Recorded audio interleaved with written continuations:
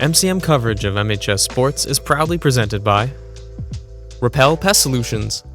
Repel Pest Solutions is a full-service pest control company protecting residential and commercial properties from nuisance pests that carry germs and diseases.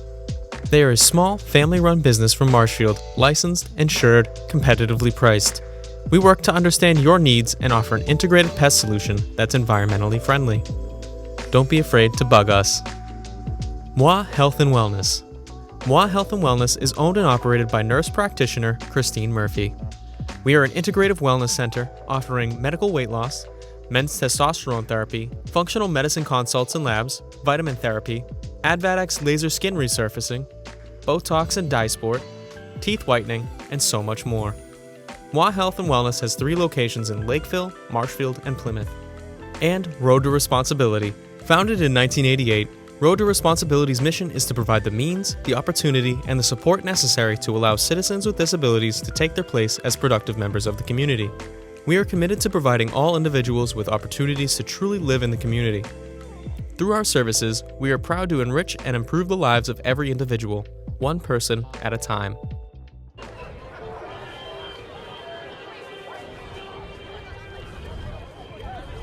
Full Friday night here at Whitman-Hanson Regional High School for tonight's Patriot League matchup. The Marshfield Rams taking on the Panthers from Whitman-Hanson. 2 teams with a very opposite season that has gone so far, but they meet here in the final regular season of the game. Will Nicholson alongside Andrew Youngworth. Andrew, we are in for a great game tonight, even with the injuries to Marshfield. Could not agree more. It's a great day for some football. Perfect temperature, a little bit windy, but that's okay. It's going to affect some kicking throughout the game. We have sophomore Nate Rollinson starting this entire game as Tormas is out with a hurt foot. They're going to be resting him until the playoffs. This is the final game of the regular season, so let's see if the Rams can close out the game strong. Whitman-Hanson's going to start the ball in the second half, so it's going to be the Marshfield defense getting out in the field first. And Marshfield's defense has been rolling over the last couple of weeks. Absolutely. They have scored on defense so many times. They've had interceptions across the board. You know, you got a ton of guys. You got Devine with 2, Bergameska, Bongelati with 2, Burho, Leary, a whole bunch of guys who have made an impact on the defense as Drosopoulos will boot this one away deep, out through the back of the end zone. That will be a touchback, and the Rams defense will start off. Again, this unit dominant all year. You even look back to last year where you have Molander, 17 tackles and an interception on the day. He had a field day. He's going to look to repeat that success this year. Yeah, Molander coming off of a fantastic game last year and a fantastic season at that. This season, Molander's leading the team with 77 tackles and 6 tackles for loss. So let's see if Molander can rally up his defense, get a good start here. The Panthers standing at 1-6 right now, not the season they wanted to have, missing out on the playoffs. A young team, but trying to step up here and, you know, maybe give the Rams a run for their money. It's first down and 10. They'll go under center, take the snap. They're going to hand off to the outside. The Rams defensive line will give no gain to the back. Will bring up second down. Yeah, and I mean, you said it perfectly. Marshfield 6-1, Whitman-Hanson 1-6, and 0-4 in the Patriot League at that. So Whitman-Hanson, you got to wonder if they play like they're hungry for a win or if they have already maybe given up on the season. But we'll see how this plays out. So far, nothing yet. Be second down, a gain of about 2. So Rams defense looking to hold on strong here. The senior captain Johnny Walker on the carry for the Panthers. Shotgun now for Whitman-Hanson, back to the right of the quarterback. They're going to take the snap, look to pass. Plenty of time, throw over the middle. That ball hit the ground before he reached his receiver. Incomplete, bring up third down. Yeah, good coverage for this Marshfield defense, coming off of some phenomenal wins like Plymouth North and Silver Lake. Like those types of games were completely fed through the defense. Last week, Will Devine and Charlie Leach are coming off of phenomenal games, both with 8 tackles and 2 tackles for loss. They were on fire last week. And the biggest question mark for the Rams is, can the sophomore Nate Rollinson get it done in a huge game? He's got all of his weapons back. Brady Crowley active, as well as Charlie Carroll, and Aiden Nicholson returns to the offensive line. So weapons back, but the defense has to do their part. It's a third down and about 8 on the first down, 2-yard run. Whitman-Hanson will go in the shotgun once again. Back moves. Quarterback drops back. Looks to throw to the outside. That ball is off the hands of his intended receiver, Keegan Holt, on the coverage. They'll first force a 4th down and a punt for the Panthers. And Will, you were just talking about this offense with Nate Rollinson starting and all the weapons around them. You were right. Brady Crowley is coming back for the first time since, I believe, Bridgewater Raynham, right? Yeah, was that the game he got injured ago. in? So Brady Crowley, first time back in over a month. And we have receivers Charlie Carroll and Cole Summers back, as well as O-lineman Aiden Nicholson. So we have and Nick Gerard, the starting center. Yep. So we have the entire starting lineup around Nate Rollinson to help the kid out in his first full career start. Liam Riley out there has got a lot of snaps in his success in blowout games. He's on the punt unit right now. They're going to drop back. Brilliant, the man deep to return. This punt will land at about right the 50, and Brilliant has a shot to return it. He's going to the near side of the field. Brilliant gets a block to the outside. Still on his feet. He cuts it back up. No one tackles Brilliant. He finally stepped out of bounds. Did he? Waiting for the call. It looks like he stepped out of bounds. For now, it will stand a touchdown. And the senior wide receiver off the kickoff takes it to the crib. And that's what we've been looking to see from Jake Brilliant all year. Lucas Verkeisen has so far been the Rams' dominant returner, but Jake Brilliant able to turn this one back from the 45. The bounce went his way, so he was able to return that one properly. Great run there from Jake Brilliant. And what awareness of the footwork there from the senior wide receiver. He's had to step up with Charlie Carroll being down, and he does it once again. The fancy footwork to keep his feet in bounds all the way down the sideline. He finds the end zone. The Rams strike early, and Drosopoulos will be on for the extra point. Well, so that's one way to score points when your senior quarterback is down. Have your special teams unit do it. Absolutely. And you said Jake Brilliant's needed to step up this year, and he has done nothing but that with 508 receiving yards and 7 receiving touchdowns so far this season, and now a 55-yard returning touchdown. He has done nothing but good things for Marshfield this year, taking on this huge role that he was not intended to have originally. 100%. Drosopoulos, as always, automatic from the extra point will make it a 7-0 lead for the Rams. 10:57 remaining in the first quarter, and now the Rams will kick this one back off. And their defense and special teams, I mean, we can't understate how phenomenal they have been. Luke Leary had a fumble return for a touchdown versus the homecoming game, I believe. I'm blanking on it. I think it was P. North, maybe. It was last week, yeah. So he got a touchdown like that. Bongelati, 2 interceptions. So many guys on this defense have got it done. It might be because of the turnover chain. Who knows? And you mentioned it. Like on defense, they've been getting it done. On special teams, they've been getting it done. Phoenix Beauregard with 2 blocked punts. And I might have to add, did you see Phoenix Beauregard's block around the 50-yard line during Brilliant's massive. return? He absolutely pancaked that kid right there. That was a great block by Phoenix Beauregard. Yep. Super good special teams kid. Beauregard has been a utility guy. He had 2 blocked punts last week, too. So he has been on fire. One of them returned back for a touchdown.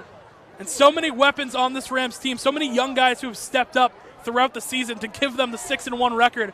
Drosopoulos will boot this one again. It's going to take a bounce, and now will roll into the end zone. Will be another touchback. So Drosopoulos, 2 for 2 on the kickoffs, going back in the end zone, and the Whitman-Hanson offense will retake the field. So with everything that's happened so far, we're going to have to wait a little more for Nate Rollinson's first career start, which I'm super looking forward to. This defense going to continue to step up. Jake Ekstrom, senior captain, with 3.5 sacks and 35 tackles, with 9 tackle for losses at that. And David Sheehan, new guy this year for the varsity team, has had over 2 sacks so far this season, so he's been getting it done. Same with Jack Stevens, who had a sack last week against Plymouth North. This D-line has been shutting it down. Yeah, they have been on fire so far, and it's allowed them to develop some of their younger guys, which you see come into play now with the injuries. First down and 10 for the Panthers. In the shotgun, back to the right, receiver comes in motion. Going to take the snap, hand off to the back up the middle, and the Rams defensive line there to meet him. A decent gain, but second down nonetheless. Yeah, Marshfield's going to continue to roll. They're too used to the running game at this point with all the running backs that they've played in the past. And Whitman-Hanson's senior captain is also a running back. I believe Johnny Walker is their starting running back right now. So yet another senior captain at the tailback position that Marshfield's going to have to face against. They have Brady Markowski as well as a senior captain running back. So they are really working the backfield right now. And it should be a running game, we assume, for this whole unit. Man going to go in motion. They're going to take the snap, hand off up the middle. No, it's a QB keeper trying to get upfield, but the Rams defense stop them short, bring up third down. That was a speedy read option, but that was a great stop by the defense. Defense unable to be fooled by the read option there, which they've actually done a very good job at stopping throughout this whole season. The defense has not fallen for many of the read options that we've seen in the past. And that was senior quarterback Austin Breheny on the quarterback keeper. Another captain. A lot of experienced guys on this team. The Rams got to look out for that. These guys know what they're doing. It's a 3rd down and about 5. Marshfield defense trying to force their second 3-and-out in the first quarter and the game. 9:35 remaining in first quarter action. Breheny going to get under center. He's got 2 backs with him. And 1 wide receiver split all the way to the near side of the screen. They'll take the snap. Counter, try to get to the outside, but the whole Rams defense there to swarm, get everyone down. Molander comes to make the cleanup hit, and I believe Leach in there as well. Will Devine and Charlie Leach are able to read that perfectly. Alex Molander comes in to clean the play up, and that's what the defense has been running through recently. Will Devine, Charlie Leach, as I've already mentioned, coming off of a phenomenal game against Plymouth North. Alex Molander has been leading the team all season with his 77 tackles and his 6 tackles for loss. Alex and Will, 2 key senior captains this year, and I won't be surprised if next year Charlie Leach gets announced as senior captain when it's his time to be a senior. Yeah, he has been a guy who has stepped up. He had to step into a varsity role this year, more responsibility. He has answered the call. It'll be a 4th down and 6, and Whitman-Hanson forced to punt this one back to Brilliant, who waits just above that 50-yard line for the Rams. Similar situation to last time. Panthers going to bring everyone back in. Rams might have been looking for a block. Bergameska will drop back as well for the fake. This one will get booted deep. It's a better kick this time, and Brilliant decides to let that one go. He threw up the fair catch, and this one will settle right at the 38-yard line. And now the first look at this Marshfield offense with sophomore quarterback Nate Rawlinson getting his first varsity start. Should be interesting. Absolutely. It's time to see what the kid got. It's unlucky bounce there for Marshfield. Marshfield's going to get the ball at around the 33-yard line. It's time to see what this sophomore has got. He's going to be the future of the Marshfield football program at the quarterback position. And what better way to prepare yourself than by getting all these key players around you. You got seniors like Charlie Carroll, Jake Brilliant, David True, but you also got sophomores like Luke Richardson and possibly Cole Hennigan that you're going to be playing with for years to come. Also, Lucas Fakaisen at the tailback. Rawlinson in the empty set. He's going to take the snap, throw. He's got Crowley, but just slightly underthrown on the slant route. He gets hit as he throws, too. Bring up 2nd down. Yeah, and that was a collapse on the old lineman right there. There was good pressure there from Whitman-Hanson. Not much Rawlinson could do there. Good pressure. He was able to get right back up after the hit. 2nd and 10. Let's see them rebound. True in the backfield, and he has been electric on the ground this year. 324 yards on the ground, 4 touchdowns. They're going to have to rely on him heavy today with a young quarterback in leading the charge. 2nd down and 10. Rawlinson in the gun. He's got True behind him. 2 receivers, top of your screen, 1 at the bottom. Rawlinson sends Brilliant in motion. They'll take the snap, hand off to True. True trying to get upfield, breaking tackles, still keeps his feet moving. And a nice hard run by the senior running back will put the Rams in a 3rd and manageable. And I bet we're going to see a lot of Davin True here tonight, as Davin True has to be the most experienced player out on this offense. He's been getting fed the ball all year this year, all year last year. Last year's game against Whitman-Hanson, he recorded 93 yards against Whitman-Hanson. It's going to be a 3rd down and 4 for the Rams. Rawlinson in the gun. He's going to send a man in motion once again. Hand off to True. True trying to get upfield, gets hit in the backfield, but he falls forward. He should have enough for a Marshfield 1st down, and they will move the chains. He did pick up the yardage. Rams, I thought they were going to move the chains at least. No, they called the 4th down. Okay, so they signal it will be 4th and short. Carroll will come out. Summers will come back in the 2 tight end set. It's 4th and about 1. It was close. Officials won't give the Rams a spot. Crowley, Summers in the backfield. Crowley moves up in motion to the running back, True. They'll hand it off. True up the middle, and he has plenty for a 1st down and more. Crossing the 50-yard line. And on a 4th down and 1, Marshfield, no fear, picks up the 1st down. Davin True is a bowling ball of a running back. He is a lot like Tyler Algier in the sense that he's a tinier build, but he's able to just plow right through the defense. They're going to be feeding Davin a lot tonight. Fresh set of downs, Rawlinson going to take the snap, hand off to Carroll, gets fumbled, and he falls on it, but a miscommunication between the senior and the sophomore will be a loss of massive yards, actually, for the Rams. About a 10-yard loss. Yeah, miscommunication is what's gotten Nate Rawlinson in these types of situations so far. Sometimes the communication's not been there totally, but I think once he settles in, he's on fire. That's what we saw last week against Plymouth North. Once he settled in, he was on fire. Good reaction there from Charlie Carroll to be able to get the ball back. Rams up a touchdown, 6:28 remaining in the first quarter.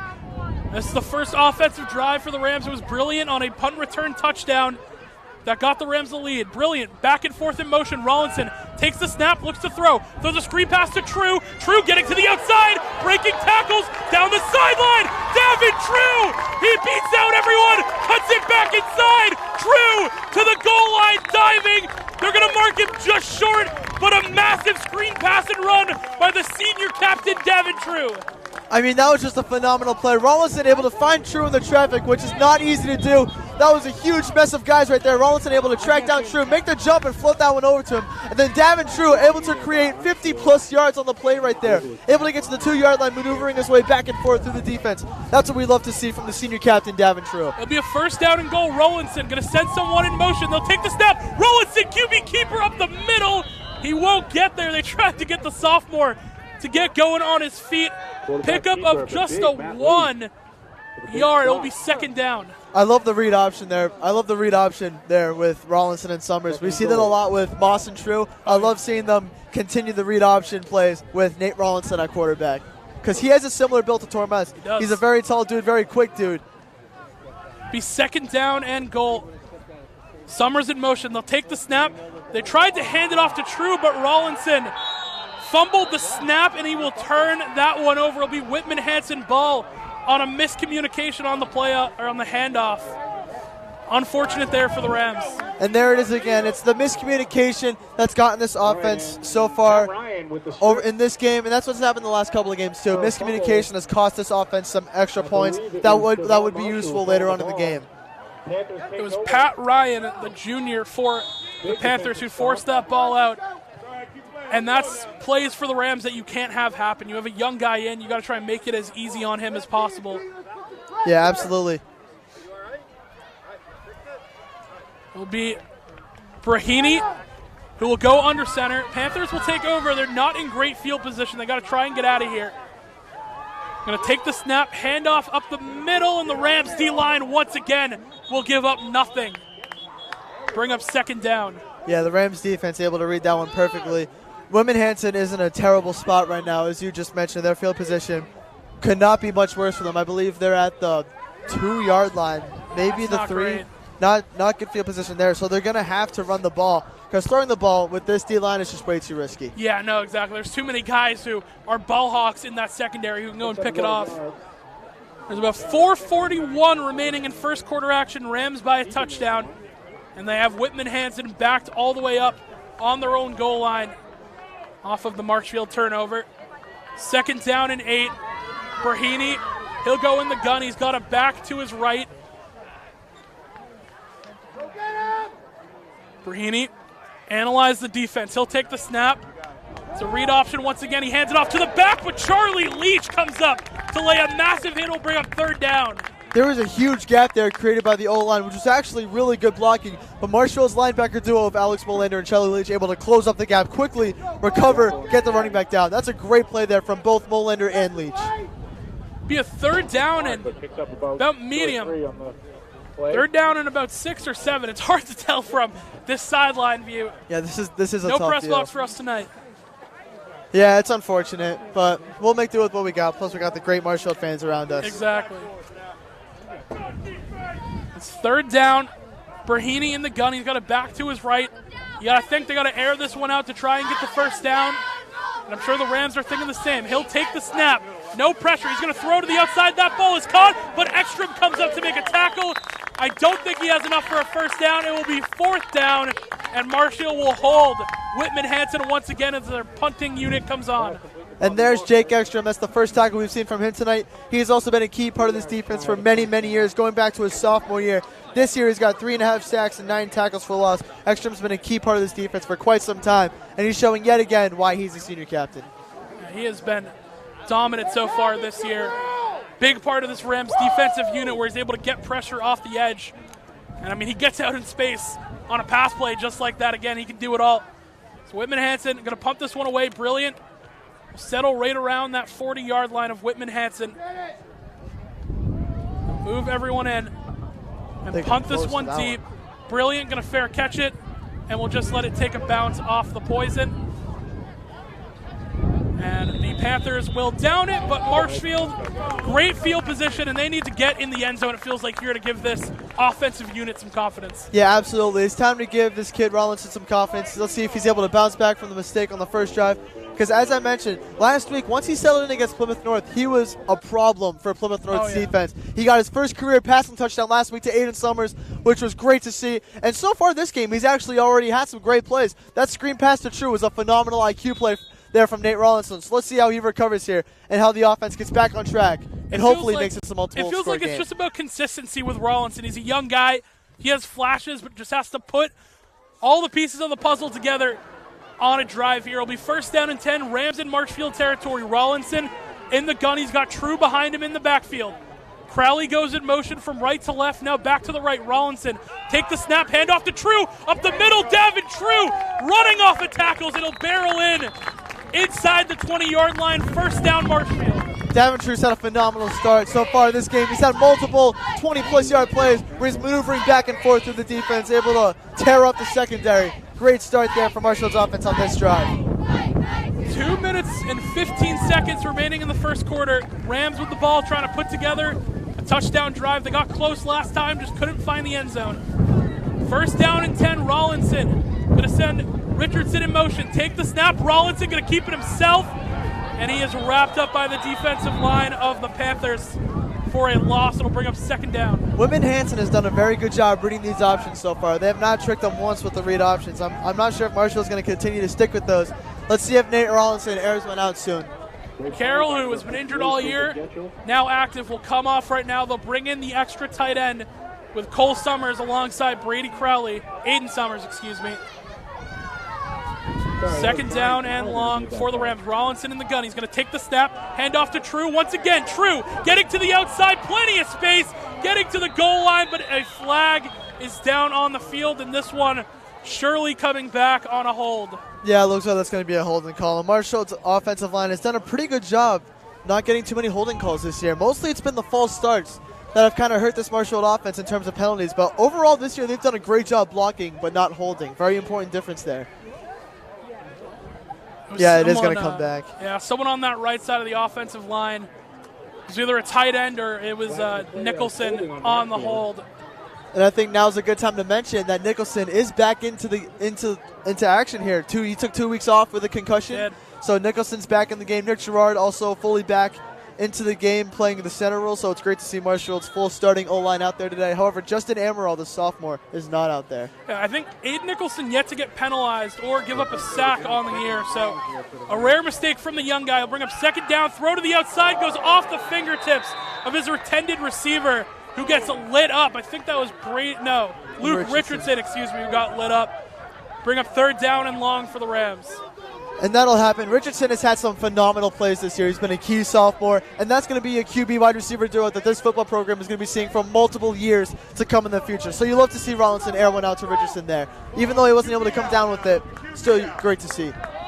Be a third down and long, and Drossopoulos has the leg from this range. If they can get roughly in position, they're going to hand it off to True. True getting upfield. He's got a gap. Davin True will run hard all the way down to about the 15-yard line, and the field goal unit with Nick Drossopoulos will take the field. I'm really interested to see how Nick Drossopoulos takes on the wind here, because as we have mentioned, it is very windy here. The wind is pushing probably double-digit miles an hour, I would say. It's up there. It's windy. It is pretty windy here, so let's see if Nick Drossopoulos can withstand the wind and sink this field goal right here.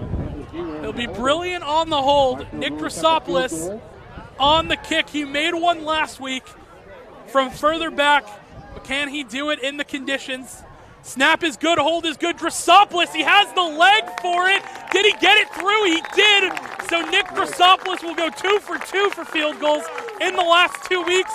And Rams have a 10-0 lead with 20 seconds left in the first. You know, it's not too often you see a high school kicker like Nick Drossopoulos, especially in a league like the Patriot League. I mean, being able to kick 30, 40-yard field goals with wind like this, that's impressive. Especially, he's only a junior. He's not even a senior yet. Exactly. So that is awesome to have a kicker like Nick Drossopoulos for multiple years in this program. 100%, and he'll only get better over time. They also have Stan Cavish as well in the punting unit. This might be one of the best punting units Marshfield's had in the last 5 or 10 years. I mean, got a guy like Drosopoulos. The only guy who I can think who had an impact on the game like this with his leg is maybe Ethan Grindle a couple of years back. But other than that, Marshfield hasn't had as dominant of a kicker as Nick Drosopoulos. I mean, the punter used to be Davin True, the running back. Exactly. He used to be our punter. So having Stan Cavish for this year is great. Unfortunately, he is a senior, so we'll have a new punter next year. Thank God we didn't punt a lot last year. That wasn't a problem.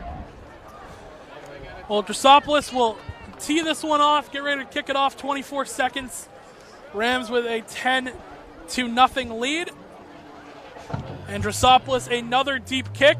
This one will land once again in the back of the end zone. 3 for 3, another touchback for Nick Drosopoulos as the defense for the Rams will take the field once again. Marshfield's defense looking to continue to roll. They've done nothing but shut down this Whitman-Hanson offense. They've had no solution yet on the running game, through the passing game, any sort of trick plays. Nothing has worked so far.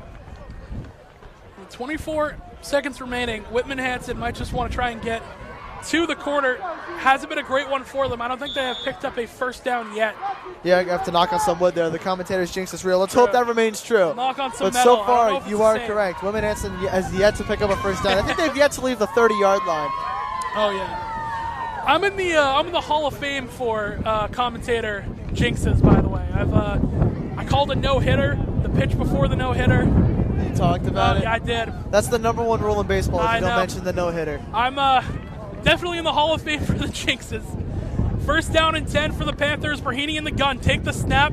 He's going to try and run the option play, getting to the outside, but Leach and another Ram defender are there to blow that play up, bring up second down. That's Leach and Devine once again, as I've already mentioned a bunch of times today. Both had phenomenal games last week, posting up the exact same stat line of 8 tackles and 2 tackles for loss and 2 sacks.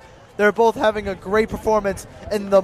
Well, it's November now. I was going to say the month of October. They've had great performances in the recent weeks as the first quarter now comes to an end. It's a new month, a new game for the Rams. Last regular season game of the year, and the end of the first quarter is upon us. So we're going to take a quick break here on MCM, and we'll be back in just a moment. Don't go anywhere. MCM coverage of MHS Sports is proudly presented by Repel Pest Solutions, Moi Health and Wellness, and Road to Responsibility.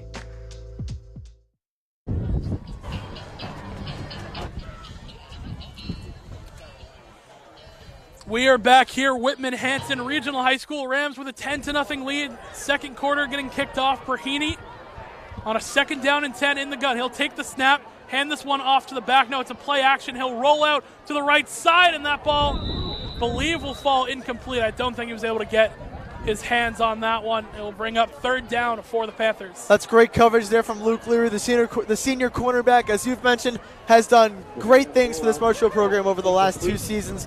Luke Leary had a great game last week against Plymouth North. He recovered that fumble for a touchdown. That was the first time Whitman-Hanson has aired it out, I'd say not deep, but aired it out beyond 10 yards, and Luke Leary able to shut it down right there. The secondary has not had to do much so far, as most of this defense has been through the D-line so far. And everyone on defense has done nothing but good things so far. Be a third down and long for the Panthers. They have not had a successful drive so far this game. Brahini in the gun, Holt calling over Leach to come in coverage. Brahini drops back. He's going to look to throw to the outside. That ball is caught. First down picked up and cutting it upfield for the Panthers. They will have enough for a first down. I believe that was Lucas Hamilton on the reception. Pass complete to number 6. And they will move the chains for Whitman-Hanson. So there's your first down, first down of the game. Well, there's the jinx that we were all waiting for. I'll put it in the compilation. Believe it, I have a compilation. We'll throw it in the compilation. Not even joking. We'll throw both of ours in there too. I just got done talking about how they haven't aired it out yet. But now with Whitman-Hanson getting beyond the 30-yard line, let's see if maybe they gain some momentum here, or if Marshfield able to wake up and shut them down like they have been doing all game. Fresh set of downs for the Panthers. Bongelotti in coverage near side of the field. Brahini in the gun. He's got a back behind him, sends a man in motion, and he'll hand off to the motion man, trying to get upfield, but the Rams D-line will stuff him right at the line of scrimmage, bring up second down. That was a mean hit there by Charlie Leach. Charlie Leach is standing on business as of recent. Yeah, Leach has been a massive part of the team this year. He's been on fire. 55 tackles, 5 tackles for loss. No gain on the play. And the first year varsity player. It's been on fire. 10:45 and running clock in the second quarter. Rams have a 10-0 lead. Brahini in the gun. Back behind him to the right. Brahini going to take the snap. He's looking to throw. Roll out to the right. And throw it past that is caught and cutting it upfield. And should have enough for the first down for the Panthers. So the Whitman-Hanson offense getting moving a little bit. Yeah, they are. That was great pressure from Marshfield's defensive line and front seven, overall the linebacker splits as well. But that was a great rollout by Austin Brahini and able to gun that one out for another first down. That was a great throw. So Marshfield is starting to realize that they got a good quarterback in Whitman-Hanson. Yeah, might have to bring in that extra D-back unit, bringing in Leary, Bergameska. That seems to be the call right now. Only 3 down linemen for the Rams with Ekstrom lurking from that D-line position. Will be first down and 10 for the Panthers. Brahini in the gun. He's got a back behind him. 2 receivers bottom of your screen, 1 at the top. Brahini will take the snap. He will hand off to his back, who will go nowhere, hit in the backfield for a tackle for loss, bring up second down. The defensive line reading the run yet again. Dylan Burho and Jake Ekstrom reading that play perfectly, getting the tackle for loss, getting that running back down. Markinowski on the carry, another senior captain running back for this unit. That time it gets blown up, and he has nowhere to go. So now they have even less D linemen than they just had. Phoenix Beauregard checks in for Jack Stevens. Yep. So right now they got 3 D linemen up front with a whole lot of secondary, and then the linebacker duo with Bolander and Leach. Too, who's just kind of lurking around. Now he'll get down. And Marshfield showing blitz right now with Molander. Brahini going to send a man in motion, take the snap, and it's a read option to the outside. The pitch fumbled, and the Rams are going to get there in time. They will wrap him up. And not even a read option, more like a triple option on that play. The pitch gets fumbled, will bring up third down. Yeah, that was an interesting play there. That's what's actually been effective against Marshfield this year is when teams catch this defense by surprise, like Silver Lake has done that. Hingham did that. But that time, Marshfield able to read the play perfectly. Whitman-Hanson with the fumble there, Marshfield shutting him down. The quarterback Brahini had to come over and fall on that ball. They actually gained a couple of yards, funny enough, from the fumbled pitch because they got going upfield. I think is it a fourth down right now? Yeah, it is a fourth down.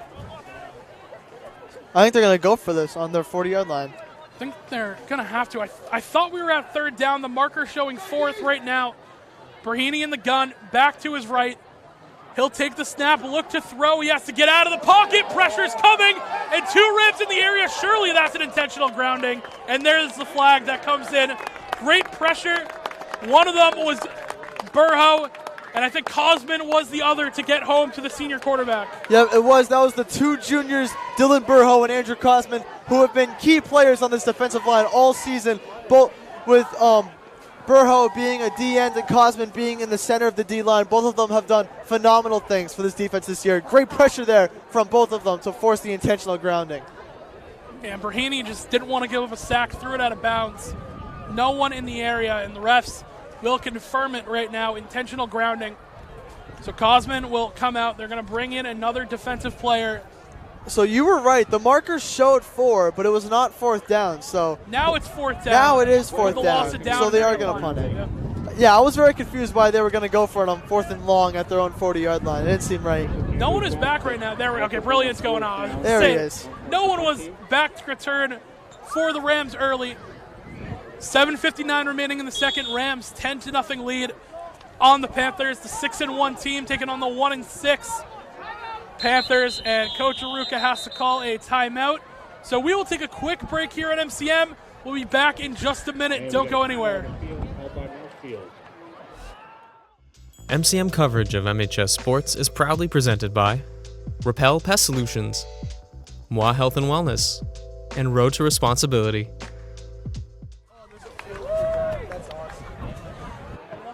To Whitman-Hanson Regional High. Rams with a 10-0 lead, 7:59 remaining in the first quarter. And a 4th down and long. They're going to have to punt this one away. Pressure coming, and the Rams almost got there in time. Brilliant will handle the fair catch. And Marshfield's offense will take over in Panther territory already, and we'll get to see Nate Rawlinson, the sophomore, try and get a buzz going for this team. Yeah, Marshfield with a better offensive drive last time than the drive before, able to put some points up on the board with a Nick Drosopoulos field goal. Let's see Rawlinson air some of this out. As you look at the running back next to him, he has sophomore Lucas Fakaizen to his right. So you love to see Lucas Fakaizen continuing to get snaps and develop as a player, as he has done great things this year on the return team and as a running back. True has gotten a lot of carries so far, and we heard that we're going to see a lot of Fakaizen tonight as the Rams trying to establish the run in every aspect of this game, early, late. They want to pound the rock. Fakaizen will switch sides and go to the left of Rawlinson. Aiden Summers back and forth in motion. Rawlinson will take the snap, look to throw. He's got an open receiver on the outside, but Charlie Carroll dropped it. Be incomplete, bring up second down. That was a great play there from Rawlinson, able to get the snap and instantly throw it out. You love to see that type of reaction from Rawlinson there. It was a great ball. Yeah, he had that ball on the rope. You love to see that from Rawlinson. We second down now. Fakaizen still in the backfield. He's to the right of Rawlinson. 2nd and 10. Marshfield looking to the sideline for the play. 2 receivers to the left, 2 to the right. They're going to take the snap, throw the screen pass to Carroll. Carroll getting upfield, breaking tackles, still stays on his feet. And they're going to have to push him out of bounds, but not before. I believe he has enough yardage for a first down. Love to see senior Charlie Carroll back out on the field, able to create 7 extra yardage there on the play, able to get the first down, make up for the drop he had on the last play. Rawlinson's first completion as well will go to the senior wide receiver. 7:25 remaining in the half. Marshfield by 10. Rawlinson in the gun. Fakaizen to his left. They'll take the snap, hand off to Fakaizen, getting upfield, and he will barrel all the way down, close to that first down marker. Will be just short, bring up second down. Love that run there from Lucas Fakaizen. Lucas Fakaizen, speedy guy. He's able to pick up speed quickly, as we've seen that this year. He's had a couple very long runs, and he's had a couple long touchdowns, too. Be a second down and 2. They're going to take the snap, hand off Fakaizen once again. This time he gets hit in the backfield, got wrapped up. So a big third down coming up for the Rams. They are in Drosopoulos range if they want to go that route again. Yeah, they're absolutely in Drosopoulos range. Very Drosopoulos range. I agree with you completely. I wonder if Aruka is going to use Rawlinson on a check down here, or if they're going to use Fakaizen to run it up the gut again. I believe that's number 11, Cole Summers, in the game as well. He was active last week, but in the blowout, didn't see a bunch of time. 2 tight ends set for the Rams. Crowley in motion. They'll take the snap, hand off to Fakaizen, trying to fall forward for a first down. I believe he does have it. Waiting for the signal, and they will say move the chains. Fakaizen with his legs will pick up the first down. So they choose to run with Fakaizen for a 3rd straight time. It proves effective with that set. And as you mentioned, Cole Summers going back in. We love to see Cole Summers back on this field too. Cole Summers and Charlie Carroll both had pretty bad injuries at the beginning of the season. It's great to have a full wide receiver core out here from Marshfield. 1st and 10, Rawlinson in the gun. He's going to take the snap, hand off Fakaizen, once again getting upfield and breaking a couple of tackles. He's finally wrapped up, but another quick and hard run by the sophomore running back. Yeah, and there's Lucas Fakaizen once again able to pick up speed quickly, gain some yardage, and give Marshfield's offense a super easy second down to work with. I believe we will take a break real quick. We'll give you a recap if you're just joining us here on Marshfield Community Media. The first drive for the Panthers ended in a 3-and-out. It was a deep kick. Jake Brilliant was able to take it to the house, give us a 7-0 lead. And after a couple turnovers by the Rams, they get it down in Nick Drosopoulos' range. He hits the field goal to make it a 10-0 score. It was Davin True early, but now they've decided to go with the younger guy, Lucas Fakaizen, who has been a monster second back in this backfield. Yeah, you described this perfectly. Davin True had a 50-yard plus screen reception, able to carry it down all the way to the 2-yard line where Marshfield gave up the ball back to Whitman-Hanson there. So the score could very well be 17-0. Nick Drosopoulos with a good 40-yard field goal to put some points up on the board, and Jake Brilliant started out this game with a brilliant punt return touchdown. I like that. I'm a fan of that punt right there. And yeah, a lot of guys back for the Rams. We mentioned Aiden Nicholson down with a concussion. He's come back into this offense. Brady Crowley, who got hurt versus Bridgewater Raynham, he's back. Charlie Carroll, who played a little bit last week, he was active, but now he's fully been put back into this offense. And a lot of weapons for your sophomore quarterback to work with. And he's answered the call so far. He's had a couple of iffy plays, but he's a young guy. You expect that. Overall, I'd call it a success so far for Rawlinson. Yeah, absolutely. Rawlinson seems like he knows what he's doing out there. There have been a couple of miscommunication errors, but that's going to happen. He's brand new to the system. He doesn't look completely out of place. No, not at all. And he's been super poised for being a sophomore quarterback on this team in this position where they are right now. He's done a great job keeping himself calm and composed, able to get the ball on a rope to his receivers. It's not easy to step into a 6-1 team with a bunch of expectations, but Rawlinson has done it so far. Hard count won't get anyone on the Panthers to jump. It's an even receiver set. Summers, the tight end, split out wide. Fakaizen in the backfield with Rawlinson. He'll take the snap, throw the screen to the outside. It's Brilliant, who picks up a block, cuts it back inside, and he will have enough for a first down and bring up the Rams in 1st and goal territory. And that's what I'm talking about when I mean that Rawlinson's able to keep himself calm, composed, and his reaction time is unlike no other. He is able to release that ball almost instantly and catch the defense off guard, give them no time to react. Rawlinson is doing a great job of getting the ball and releasing it instantly. First down and goal for the 3 for the Rams. Rawlinson, a QB option, getting to the end zone. Touchdown Marshfield. The sophomore quarterback on a QB power finds the end zone, and the Rams lead 16-0. That's a great play call there on that fake toss, and that's great from Nate Rawlinson to see that Marshfield still wants to use a mobile quarterback under snap. Nate Rawlinson able to get his first career rushing touchdown, which we love to see as we've talked about earlier this year. Tormas has had a bunch of rushing touchdowns. Rawlinson getting his first one there right now. You love to see that right there. Yeah, 100% you love to see that. I mean, a young guy, there's been so many question marks if he was going to be able to answer the call and step up in this offense. And he shows right there, QB power. There's a sophomore to my right. I'm still taking it in by myself. And a 2-point try. It's Brilliant to the outside. He's going to throw, and it's caught. A 2-point conversion converted. Trying to get a look at who that was. I believe it was Summers, number 88. It was Aiden Summers. Jake Brilliant, surprisingly, not the first time he's pulled that play off this year. Oh, yeah. We've seen Jake Brilliant throw that ball in the 2-point conversion multiple times this year.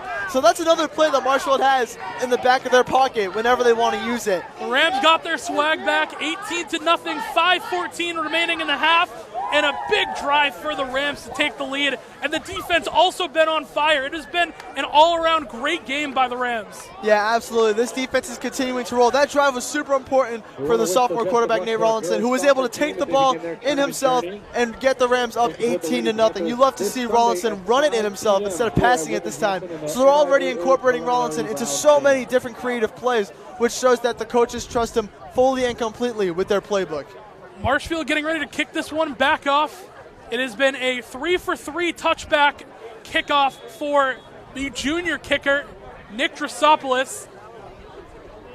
And a chance for 4-for-4. He's going to boot this one deep. It's just a zone kick. This time it will land short, and Whitman-Hanson will return it. Return man trying to get to the outside, but a whole bunch of Rams there to wrap him up. Good coverage by Marshfield. 5:08 remaining in the half. The Panther offense will take the field. Yeah, Marshfield's defense is going to look to continue to roll here. Last time was the first time they did not force the 3-and-out. However, they still were able to force the punt and give their offense great field position. The goal is no different. They look to do that as they have all of their starters out there right now.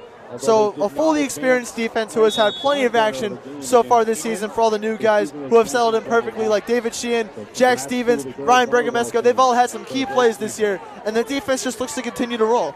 It's funny how these trenches players for the Rams have become a strong point, because going into the season, that was the big question if they could compete, and they have answered the call. 1st and 10, Brahini going to take the snap. It's a read option, trying to get to the outside. Ekstrom got fully held, and they will throw the flag on that. Brahini will be wrapped up, but I mean, if I, with my bad eyes, can see it from here, it's for sure a hold. Yeah, I mean, there was nothing to it there. It's just a classic holding call, very obvious. Refs are able to call that one. So that's going to just hurt Whitman-Hanson even more. It's Whitman-Hanson not been able to get much done, and that's just going to help out Marshfield's defense, who has had a near stellar performance so far tonight. It was a good design from the Panthers as well. They get to the outside, but I mean, they had a good seal on Jake Ekstrom. I know he's a hard guy to block, but you got to let him go when you're getting to the outside. They hold on a little too long, and it will back them up 10 more yards. Will be 1st and 20 for Whitman-Hanson. You said it, though. You said it. Whitman-Hanson has had some very creative plays. Oh, yeah. They just got to be consistent with it. Yeah, absolutely. It's tough. This team has struggled so far this year, and you can see the gaps where they've struggled, but still not a terrible team for what we've seen at any point today. I mean, no. I mean, you're not down by 1 million by Marshfield in the Patriot League. That's already a win. Brahini going to take the snap, throw to the outside. That ball is caught by his intended receiver, Jamison Bongelati comes up to make the tackle, and we'll get some of that penalty yardage back. It will still be second down. I mean, you're right on what you said right before the play. Marshfield has had better starts. Like against Plymouth North, they were up 19-0 within, I think, 3 minutes. First couple minutes. Yeah. So Whitman-Hanson has shown that they are better than a 1-6 team, which is another great team for the Patriot League to have.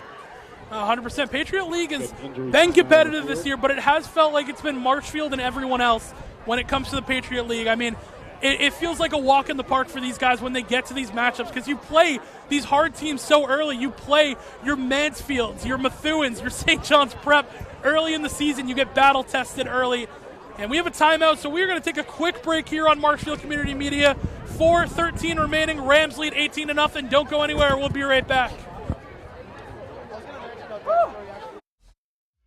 MCM coverage of MHS Sports is proudly presented by Repel Pest Solutions, Moi Health and Wellness, and Road to Responsibility.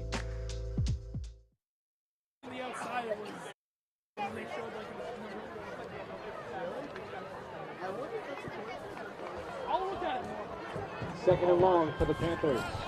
We are back here at Whitman-Hanson. Second and long for the Panthers. Brahini in the gun. He's got a back who he's going to motion out. He'll take the snap, look to throw. Throw deep to the outside. That ball will fall incomplete and go out of bounds. We'll bring up third down. Yeah, a little miscommunication there on the offensive side. Quarterback was under the assumption that he was running a different route, gunned it out. Unfortunately, he wasn't there. So that's going to make it 3rd and 15 for Whitman-Hanson. Not an ideal situation for the Panthers, who have not gotten much done on the offensive side of the ball. It'll be a big third down for Whitman-Hanson. Third and about 15. 3rd and 15. Shout out to the video board. They have been correct every time on the down to go distance. Making it easy on us. Brahini in the gun. He's got it back to his right on a huge third down. Rams with an extra D-back. Brahini, throw to the outside. That ball is caught. I don't think he'll have enough for a first down, but what a great catch by the Panthers. Bring up 4th down for the Rams. Aruka's going to take a timeout, and you got to think the Panthers probably punt this one away. Yeah, I'm assuming the Panthers punt this one away. I don't want to undervalue that catch, as you already mentioned. That was an athletic catch. That was a really good play. Yeah, Whitman-Hanson's going to punt this one back to Marshfield. Marshfield looking to gain good field position once again. Marshfield, I think the worst field position they've had was on their own 33-yard line, and that was off of a really unlucky punt that went the Panthers' way. Probably should have been at around the 45, maybe 50. But let's see if Brilliant's able to receive the ball and not call a fair catch, able to maybe work his way around and get them on Whitman-Hanson's side of the field. Yeah, it's good to see on the sideline. It's Charlie Carroll and Tormash from Moss, chopping it up right now. And, you got to hope for the Rams. He will be back soon. Rollinson holding his own, though. He's been good. He has a touchdown rush on the day, a couple fumbles and a couple turnovers. But, you expect that from a young guy. So far, he's been able to weather the storm and not give up massive plays that have led to the Rams going down. Yeah, I agree completely. I think Rollinson has exceeded expectations so far with his position right now. He's done nothing but positive things for this Marshfield offense. He has had a couple of miscues, but again, as you mentioned, that will happen when you're a sophomore 100%. Coming into a very complex system that Marshfield has. Marshfield obviously takes football very seriously. They have a million plays in their playbook. I know it's a lot of pressure. On the offensive line side as well, they were talking about how confident they are in Rollinson. He's a young guy, but everyone on this offensive line, for the most part, aside from Bongelati, also very young. And they know that's their guy going forward, so they have confidence in him as he will get ready to get the ball back. Whitman-Hanson will punt this one away. It's a long punt. Brilliant will call for the fair catch, and we'll just hold on. Rams will start off on their own 40-yard line, and Rollinson in the offense will take the field. Still solid field position. You take a look out there. Crowley's going to be out there. I'm still looking for Crowley's first reception back since his injury. Rollinson got a bunch of weapons around him, as we've mentioned a bunch of times. There's 3 minutes left in the second half. You got to wonder if maybe Marshfield choose the clock out to end the half with a score, or maybe they drive down the field quickly. We've yet to see Rollinson air one out like Moss does all the time to Jake Brilliant. So maybe we see Rollinson air one out for maybe 20 yards. Yeah, he's had a couple of completions, but they've mostly been just screen passes, couple checkdowns, which I think is good to get your young guy in a rhythm. But, he's coming off of a high right now where he just ran in that touchdown. We'll see what Aruka and the rest of the offensive coaches will put together for the sophomore quarterback. Davin True back in the backfield. So the senior captain back in. It's a tight formation for the Rams. Crowley goes in motion from left to right. They'll take the snap. Play action. Throw that ball. And it is dropped once again. a little behind Charlie Carroll, but a chance to make the grab. He can't hold on. Will bring up second down. So, I mean, that's exactly what we were just talking about. He aired it out for about a 20-yard pass. Carroll unable to take that one down. It was close. It was a good throw because there was really good coverage on Carroll there. That was a good throw by Rollinson. So they will bring out the extra tight end. They'll keep Crowley in, the senior. The sophomore, Aiden Summers, will hit the sideline. Jake D'Antonio will come in. Second down and 10. Rollinson will send Crowley in motion. He'll take the snap, and he will hand it off to True. True all the way up the middle. So fast I couldn't even see him get the ball. Blink and you miss it. He is enough for a first down and more. I mean, Davin True has been electric this game. He's had multiple 30-plus yard gains. That wasn't 30-plus yards exactly. That was around the mid-20s. But Davin True has had so many explosive plays on this game so far. And last year, as we mentioned, he had 98 rushing yards. He's looking to crush that so far in this game. Yeah, and all-purpose yards. He's been phenomenal. They're going to hand it off to True. Once again, True getting to the outside, gets a block to the outside, but another flag will come in. And I think they're probably going to get, I believe that's Aiden Summers they might get for a hold. We'll see what the call is. Yeah, Marshfield very confused with the call. They did not agree with that one at all. So that's going to be Marshfield's second holding call tonight. This is probably, I think this is the first game of the year where Marshfield has had multiple holding calls, which is something we rarely see from the O-line. Yeah, I mean, they're running the ball a little bit more. And that one, I couldn't see completely, and I think it was either the tight end Summers or maybe Luke Richardson on a cutback hold. Still confusion about where the ball will be spotted. So now on first and long, you got to wonder if they go back to Davin True, who has been super successful tonight, or if they maybe do another check down with Rollinson, which has also been very successful. So Whitman-Hanson's defense has a lot to worry about right now, as everything has been working for the offense. Play action, Rollinson's looking to throw. Plenty of time, he's going to air it out deep. He has an open receiver. It's caught. Richardson getting upfield. Plenty of space, and he will be tackled, but not before a massive gain. Getting down to the 10-yard line, the sophomore-to-sophomore connection. And that's the connection that we've been looking to see work perfectly. Nate Rollinson to Luke Richardson for, I believe, that was around a 40-yard gain there.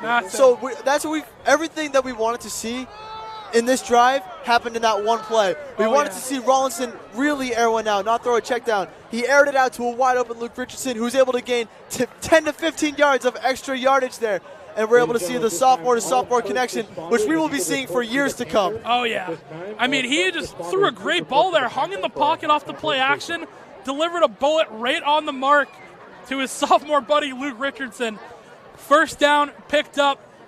And, I mean, how much can you say about Rollinson? He has answered the call so far today. He looks much better than we'd expected. I mean, we thought coming into this game, they're going to use True and Fakaisen, and they have. But they have also not been afraid to air it out with Rollinson and let him throw the ball. No, you absolutely love to see the amount of trust that the players and coaches alike have in Rollinson. Rollinson able to air it out, run it in himself. A lot of creative plays in the bag that you would not expect to see a sophomore quarterback coming in for his first ever varsity action to really see. Because in the previous games against Stouffville Lake and Plymouth North, Rollinson mainly only threw check down passes and ran a couple of read option plays. He has not been able to freely run the ball and freely air it out. This is the first time we've seen the coaches allow him to do that, which is great to see. It's a one tight end set for the Rams. It's Crowley, True behind Rollinson. You got Richardson, Carroll, and D'Antonio out there as well for the skill positions. Rollinson in the gun. He's got True behind him. First down and goal for the Rams from the 10. Rollinson going to take the snap, hand off to True. True cuts it upfield, getting to the goal line. He's going to be close. They're going to mark him down at the 1. It'll be a second down and goal coming up for the Rams. D'Antonio will come out. The double tight end set will go in. Double tight end set going in. This means that they're going to try to use True to get into the end zone and continue to extend True's perfect night against Whitman-Hanson, as he has had that 50-yard screen pass and a couple explosive runs. Both tight ends in the backfield with Rollinson and True. Going to take the snap, throw, that pass just incomplete, looking for Summers once again off his hands, and I think Rollinson knows he missed him there. Yeah, and that's okay. That'll happen. There's going to be a timeout here for Marshfield. And speaking on that play, that'll happen. Rollinson's had a bunch of great throws this drive. Rollinson kind of got in his head a little bit there, missed Summers, but that's okay. That was a good play call. That would have gone for Summers' second touchdown of the year. I think Summers is a sophomore as well. I think both the twins The Twins sophomores. are juniors. Oh, they're juniors, excuse me. So it would have been his second touchdown of still a fairly young career for Aiden Summers. He got his first last week on a Rollinson touchdown. Yeah, that would have been the second Rollinson to Summers connection. Exactly. Which is another duo that we'll see in the following years, 100%. Rollinson to Summers connection. Because as we've talked about a bunch of times this season, Marshfield's offense, the skill position players at least, are very senior stacked. The O-line, very young. Skill position players, wide receivers, running back, quarterback, very senior heavy with Moss, True, Carroll, Crowley, Brilliant, But they have a lot of guys more coming up too. You got, Richardson, who's going to be around for a while. D'Antonio is a young guy as well. And you got Fakaizen, who looks like he's going to take over the backfield with no problem. Exactly. We're seeing a perfect mix of the current vets and the future young guys. It's Rollinson in the gun. He'll take the snap, hand it off to True up the middle, and he will walk it in the end zone. Touchdown, Marshfield. And there's Davin True extending his amazing night against Whitman-Hanson with a rushing touchdown. Davin True not recording as many rushing touchdowns this year as he has last year, but when they've needed him to, he has answered the call all year, as you like to say, Will. Oh yeah, all year, yeah, exactly. What a push from that O-line as well. Yeah, getting that big push up front. And True, he didn't even get hit until he was like 3 or 4 yards into the end zone already. Pretty much walked it in, and it's easy when you got that healthy O-line back. It's 24-0. Extra point will be on. Brilliant with the snap, and Drosopoulos will kick this one right through the uprights and good. A 25-0 lead with 1:56. And the Rams, this game has gone, pretty much exactly as we expected, going up big on the Panthers before the half. Yeah, the Rams have had a near-perfect game. On defense, they've shut down the defense when they've needed to. And on offense, they've driven the ball down the field with their sophomore quarterback. So this has been a perfect game so far for Marshfield. Everything that we've wanted to see, we've seen so far. The defense has been doing what they've needed to do. We've even seen some special teams action as Jake Brilliant took in a punt for a touchdown. It's been we've seen all units do what they've needed to do. Yeah, it has been an all-around great game for the Rams. Drosopoulos will get ready to boot this one off with 1:56 remaining. The Rams have been everywhere tonight. They've been in the backfield. They've forced groundings. They have taken special teams touchdowns. They've gone through the air with Richardson and Summers catching an extra point. And it's been an all-around great game for the Rams. Gunners will line up early, and Drosopoulos will get ready to kick this one off. Whitman-Hanson going to try to put together a 2-minute drive with 1:56 remaining. Drosopoulos will once again get a good leg underneath this one. Whitman-Hanson will have enough to return. D'Antonio will fall. He was the first man to get there. And the Whitman-Hanson return man will cut it up. Decent return for the Panthers. 1:51 remaining. Their offense will take over. So the question that we were asking when Marshfield got out on offense on that last drive was, will they chew down all the clock and end the half with them scoring? And the answer to that was clearly no. We got 1:50 left in the second quarter with plenty of time for Whitman-Hanson to put up a drive, but we also have enough time for Marshfield to call timeouts and give their offense the ball back again before we enter the half, the end of the half here. Yeah, they have plenty of time if they put an end to this drive early. Plenty of time to go down and try and score another one. Be first down and 10. Brahini in the gun, back to his right. He's going to send a receiver in motion. That was Nate Melita. Take the snap, roll into the outside. That ball is tipped by one receiver and then caught. I don't think that will count. I think that receiver is out of bounds when he caught it. So that will fall incomplete, bring up second down. And that was an interesting play for sure. How lucky can you get? It is pretty unlucky that his foot was out of bounds, but nonetheless, a pretty lucky play there. It's going to make a 2nd and 10 for Whitman-Hanson, which is huge for Marshfield because that stops the clock without Marshfield even having to use a timeout. So that's going to make the clock 1:45 left here in the second quarter. The clock is not running right now, 2nd and 10. I believe Marshfield still has 2 timeouts to use. I believe they've only used 1. Is that right? I think so. They should still have 2. They have at least 1 left, but it'll be interesting to see their strategy. So far, they're not going to need the timeouts if Whitman-Hanson keeps trying to air it out. Yeah, so I'm pretty sure Marshall has 1 timeout left. 2nd down and 10. Brahini in the shotgun. He's got it back to his left. Even receivers on each side. Markanowski split out wide as well. One of the other backs. He'll be motioned back in. They'll take the snap. It's a triple option again. Brahini tries to run it himself. He has nowhere to go. is going to lose yards, bring up third down. Yeah, the read option once again not failing the Rams, as the Rams have done a very good job reading the read option all year. Molander was right there able to stop the quarterback dead in his tracks. That is going to have the clock running, though. So with running clock, we currently have 1:20 left in the second. Marshfield not using their timeout here. They're going to let Whitman-Hanson play this out. Yeah, big third down here. You got to think they're probably going to go to the air. If they do run it, I assume that Aruka will probably call a timeout, try and put together another drive.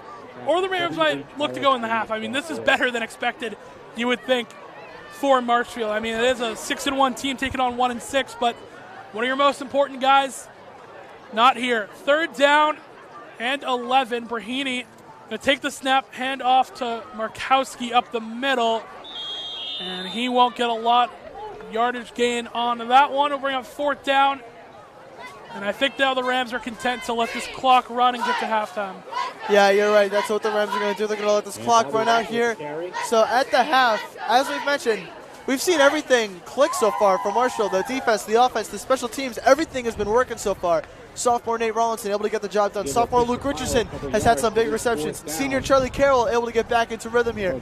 Everything has been clicking so far from Marshfield. That's what you love to see in the first half. Let's see if they can continue it in the second half and maybe get the JV unit some action to end off the game. Yeah, I don't think we're going to get another snap here. Time will wind all the way down to 5 seconds. So that will do it for the first half action. Rams lead 25-0. Dominant first half. True ran in a touchdown. Brilliant return one off a kickoff. Rollinson ran his own and then threw a touchdown pass.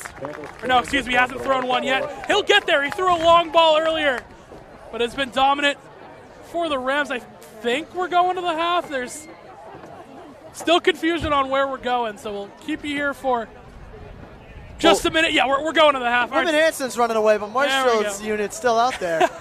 Well, that'll do it for first half action here. Rams lead 25-0. We'll be back here on Marshfield Community Media for the second half coverage. Don't go anywhere. MCM coverage of MHS Sports is proudly presented by Repel Pest Solutions. Repel Pest Solutions is a full-service pest control company protecting residential and commercial properties from nuisance pests that carry germs and diseases.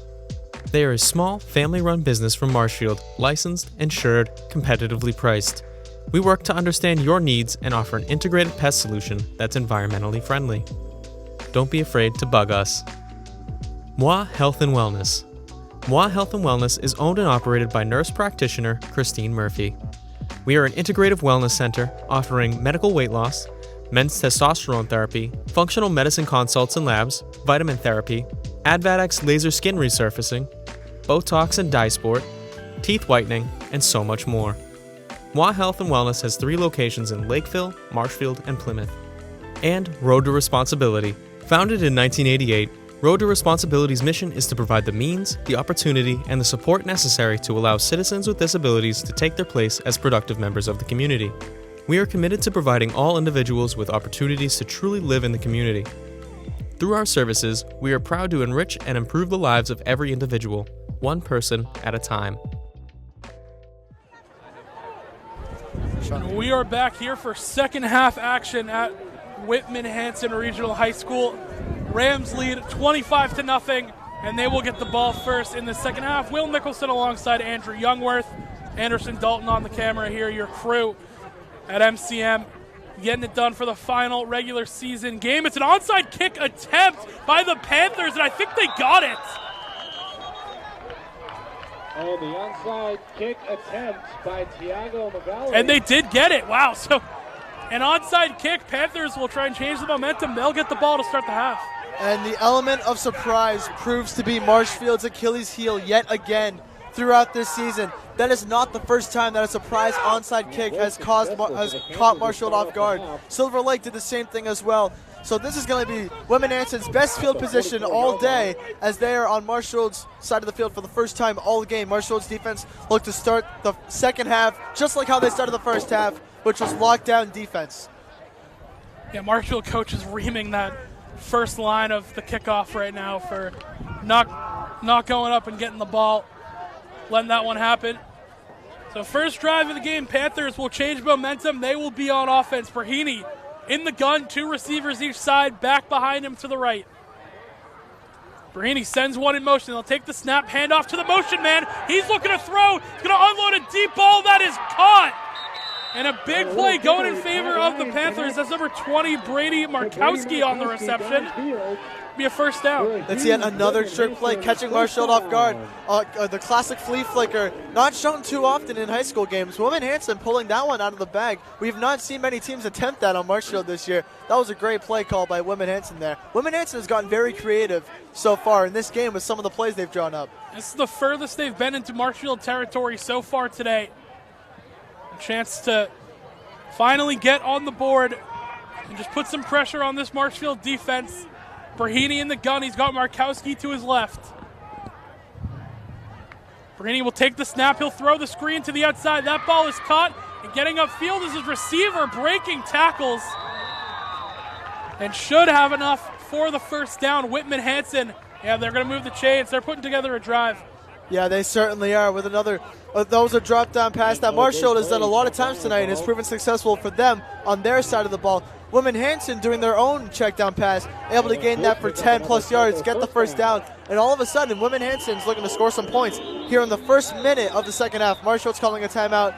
This is a disastrous start for Marshfield here in the second half. Aruka not happy, all the other coaches very unhappy here so far. Yeah, the Rams are going to have to regroup, take a timeout, 11:05. So already a minute ticked off the clock here in the third. And that's just a momentum killer, right? You give up an onside kick, they push it all the way down the field, and now you're in down to goal territory for Whitman-Hanson. Rams got to respond here in a big way. Yeah, I mean, if anything, I hope this just wakes them up. Marshfield looked a little bit lackadaisical in that flea flicker right there. Hopefully that wakes them up, kind of lit a fire under them, and now Marshfield hopefully should be ready to go, just like they have been all game. Yeah, the Rams have been locked in pretty much all game, too. In every asset of the game, they have been good. Just a couple of plays here and there can swing momentum. Whitman-Hanson inside the 10-yard line of the Rams. It'll be first down and 10, technically. The first down marker is on like the half-inch yard line right now, but it's essentially first down and goal as the Panthers will break the huddle.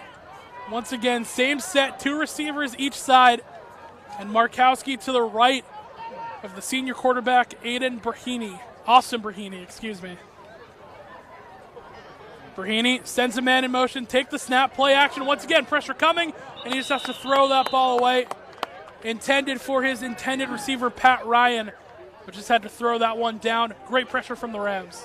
Yeah, it's the safety duo of Phoenix Beauregard and Will Devine, able to bring the pressure there and force the incompletion. So that's what Marshfield's defense has been doing all night, bringing in tremendous pressure to A, stop the run game, and B, put pressure on the quarterback so that he's unable to complete any sort of pass. So that's what they've been doing all night, and that's the first time we've seen that in the second half of Marshfield showing pressure and making Whitman-Hanson's offense super uncomfortable. Sophomore Liam Riley was in the game for a while as well, getting some action in there, bringing in the extra D back. 11 minutes remaining in the third quarter. Second down and goal for the Panthers. Brahini in the gun, back to his right. Now he'll split him out wide in motion, take the snap. Brahini has to roll all the way out to his right, pressure coming. He's going to throw that ball to the end zone.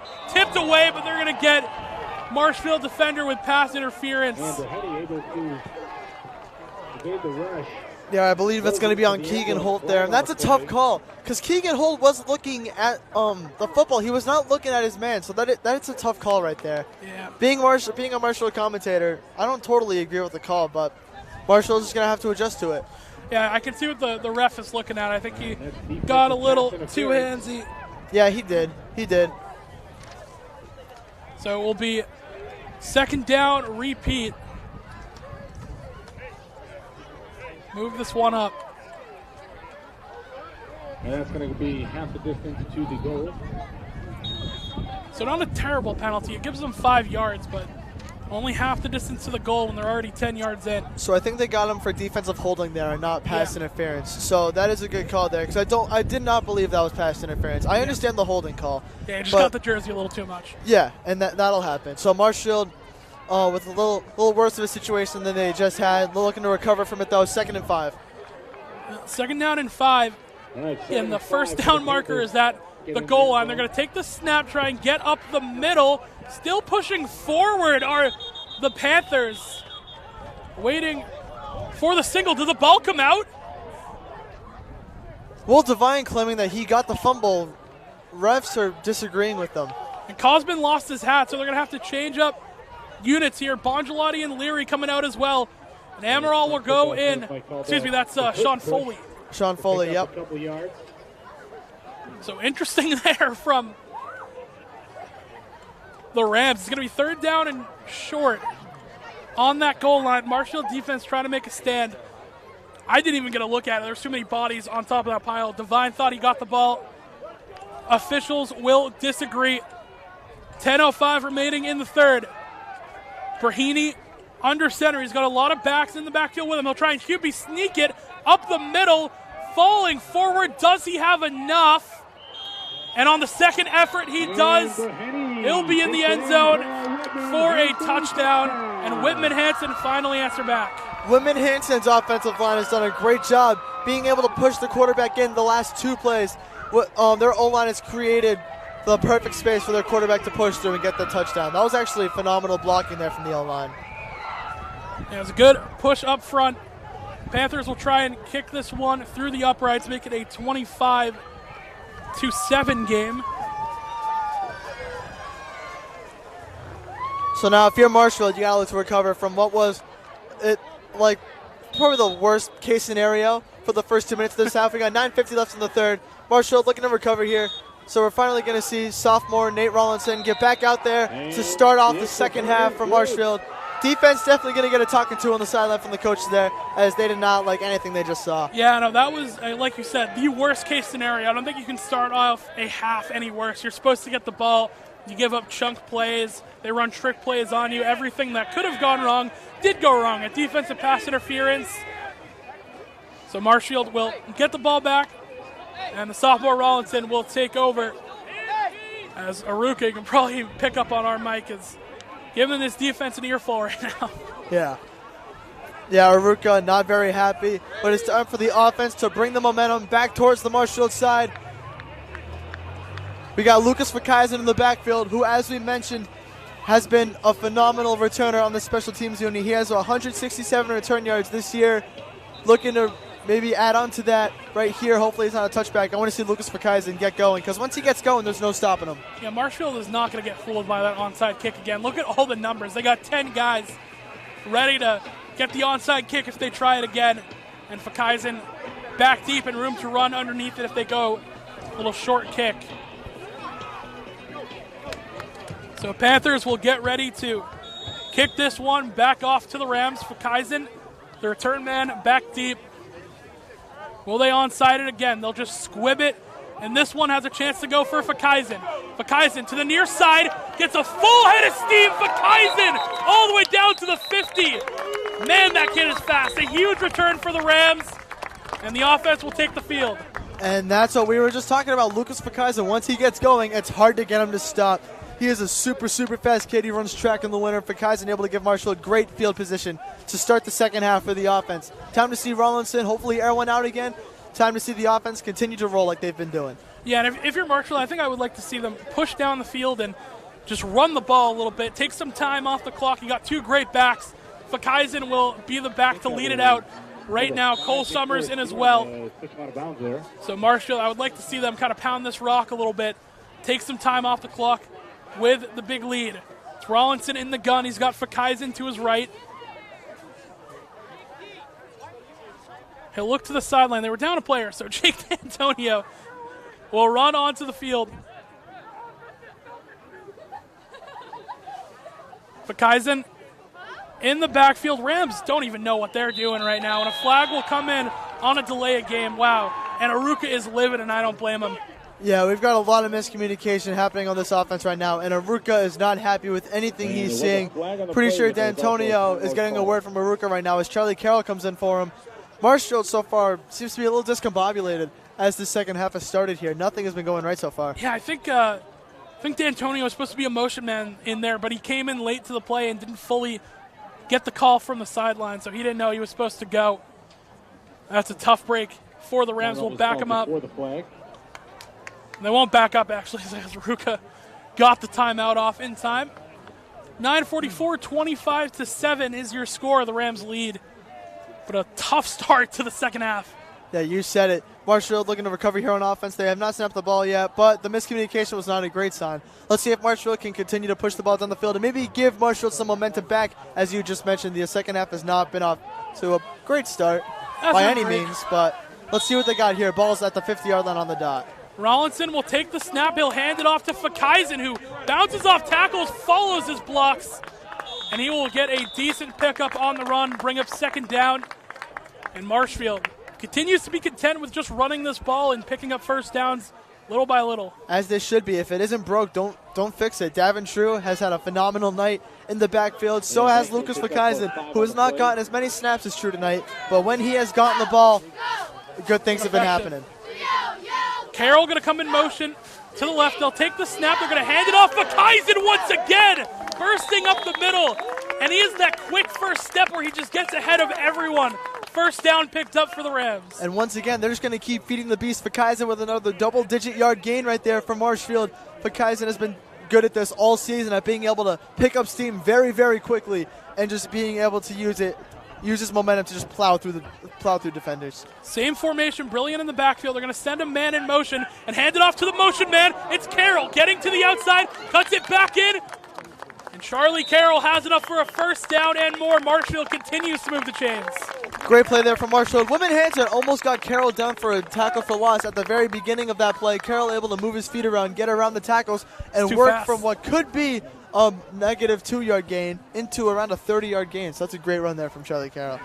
Massive run by Charlie Carroll, who will line up in the backfield with Fakaisen. Rollinson going to send a man in motion. They will hand off Fakaisen up the middle. Gets close to the goal line. He might be just short. Waiting on the call. Looks like they are going to mark him just a yard short. And the sophomore with that quick burst of speed almost got in. Yeah, once again, Lucas Fakaisen able to turn up the engine very quickly, get his way up to almost the goal line, just about the goal line. And looks like Marshfield,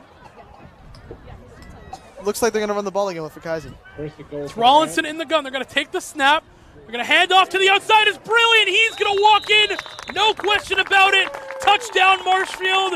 Jake Brilliant, his first rushing touchdown of the year. So Jake Brilliant, being a wide receiver, has gotten a touchdown on the return team and on the running game. Yet to have a receiving touchdown tonight, but regardless, he's put up 12 points on the scoreboard himself through multiple different ways of scoring. So you love to see the coaches able to use these players in a different way. He threw the 2-point conversion, too. And he also did do that. He's so thrown Jake a 2-point Brilliant conversion. is responsible for every possible way of scoring besides kicking it and catching it.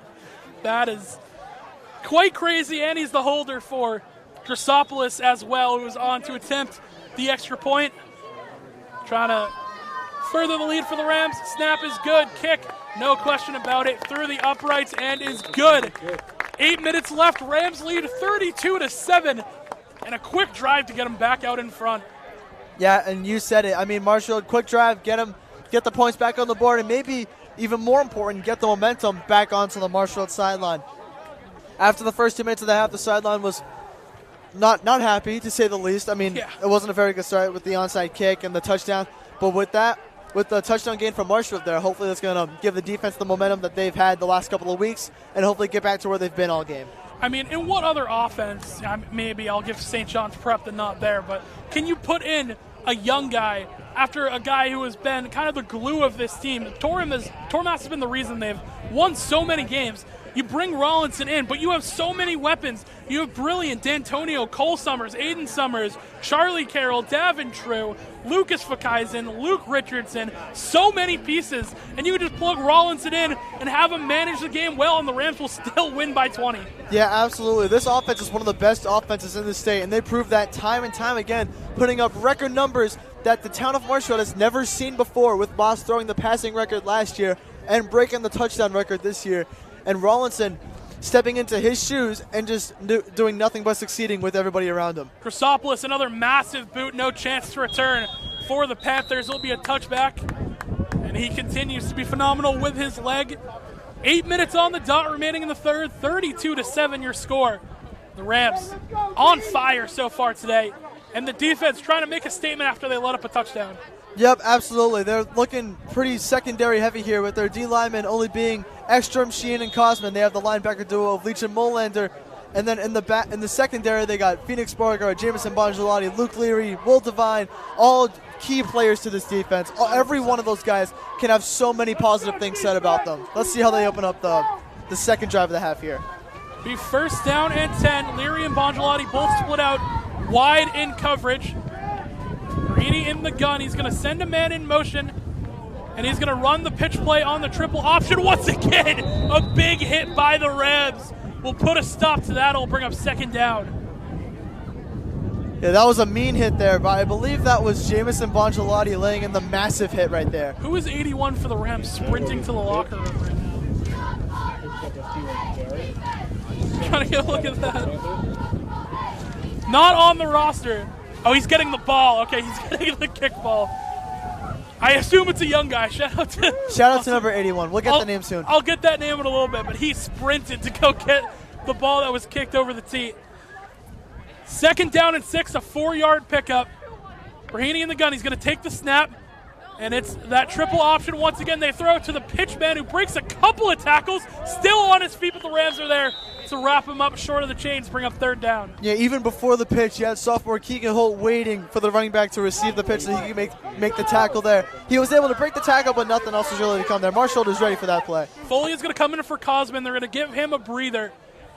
He's been a mix and match trenches guy. He was listed as an O lineman and could kind of play both ways. But he's played D-line here today. I know there was some questions about, whether he was going to come on the O-line, if they were going to slide down Bongelati to another side and pull McGowan or Nicholson. But so far, he has played on the defensive line. It'll be a third down and about 5. Brahini in the gun. He's got it back to his left. Rams are showing blitz, and they will. Throw to the outside. Markowski's going to catch it, but he is lit up short of the chains. And it will bring up fourth down for the Panthers. And that's the Marshfield defense that we've been seeing all evening tonight. Able to shut down everything that Whitman-Hanson was trying to send their way. Not falling for any tricks, any sort of trick plays. Marshfield able to shut them down, force the punt, and give their offense good field position. That was the Marshfield defense that we've been seeing all night and what we've been waiting to see in the second half. Great job by the Rams once again. I mean, everyone, Keegan Hull especially, was ready for that pitch play, and everyone was locked in. Sean Folan as well, doing a good job.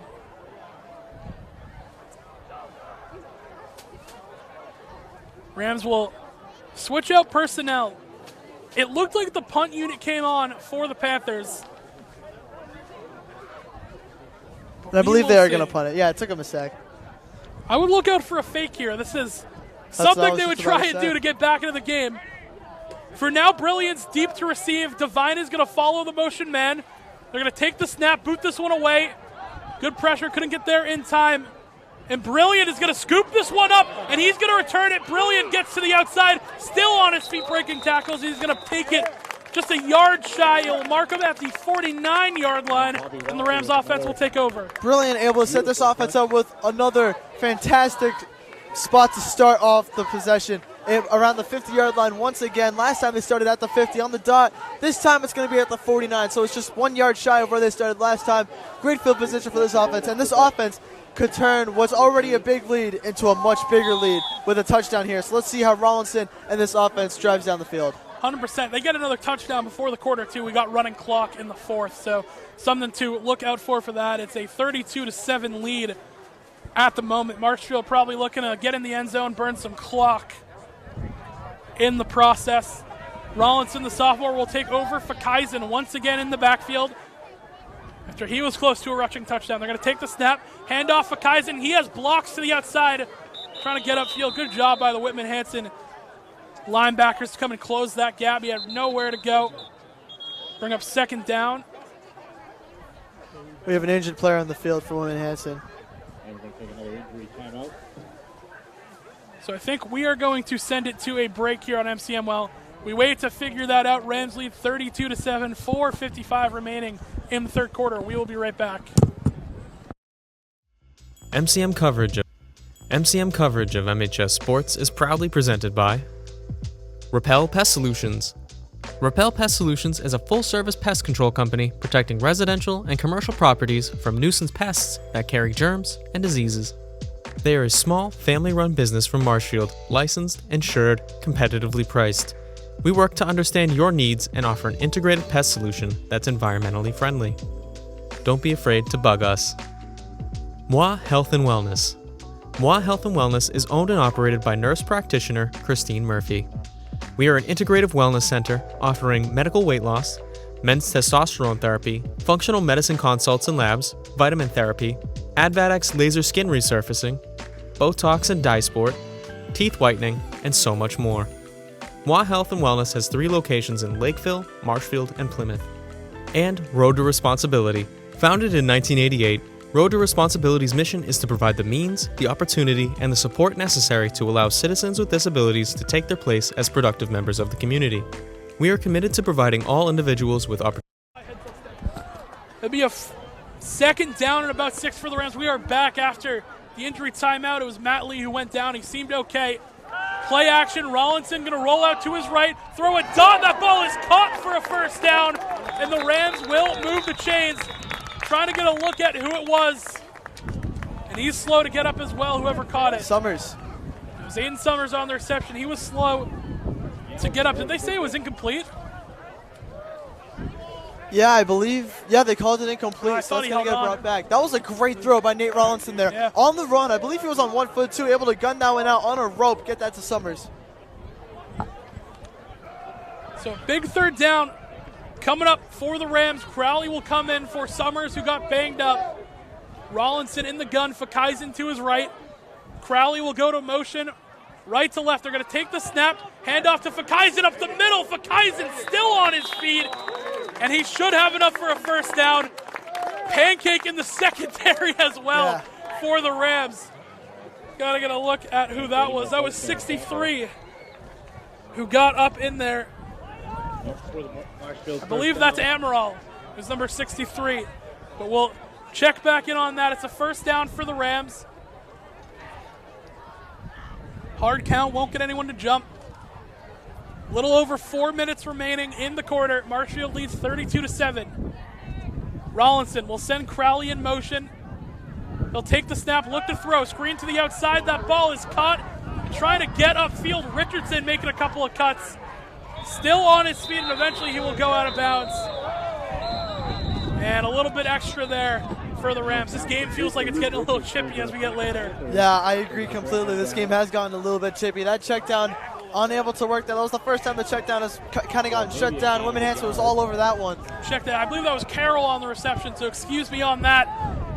It's about a yard pickup. Second down and 9 for the Rams. They'll go quick. Rollinson will send Carroll in motion. He will hand it off to Carroll, the motion man, and he has speed. Charlie Carroll to the outside. Fakaisen lays a block, and he will spin back inside, pick up a first down. Marshfield continues to pound the rock. Charlie Carroll with yet another jet sweep, which has mostly gone to Jake D'Antonio this year. Starting to go to Charlie Carroll this game, and Charlie Carroll has proved that he is a phenomenal player to use for the jet sweep option. He's already had 2 multi 10-yard rushes with the jet sweep. Brilliant in motion this time around. It's play action, throw to the end zone, it's caught! Richardson, touchdown! And Rollinson throws his second career touchdown pass. Richardson catches it. Marshfield extends their lead. Rollinson to Richardson. We're going to be saying that a lot in the future of Marshfield football. Rollinson throwing his second career touchdown. Luke Richardson catching his 4th career touchdown. That's another great play by the 2 of them to have that connection right there. We've already seen a couple plays where Rollinson to Richardson has proved effective this game. There it is yet again. Rollinson on a rope straight to Luke Richardson. That's going to make it 38-7. And what a ball from the sophomore as well. He has answered the call today. Absolutely. And he has played so well. Crowley's going to come in to get that extra blocker on the extra point. Drosopolis is on to attempt the extra point.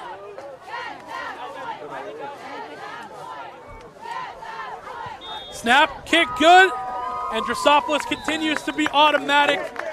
It's a 39-7 lead in favor of the Rams, and they continue to dominate in all facets of the game. After the tiny hiccup to begin the second half, Marshfield has done more of what they've done all game, which is rolling on all units of the ball. On special teams, they're doing what they need to do. They're giving the offense great field position. Then on offense, they're driving the ball down the field. The sophomores throwing touchdowns, rushing in for touchdowns. He's doing everything. And then on defense, the defense has been locking down Whitman-Hanson, not falling for any of their tricks, shutting down the passing and the run game. And so far, everything has been working perfectly for Marshfield, minus those 2 minutes to start off the second half. We'd love to see one of the first guys to come and greet Rollinson was obviously Coach Veruca, and then Tormas came over too. Let him know he's doing good in there. As Marshfield gets ready to kick this one back off.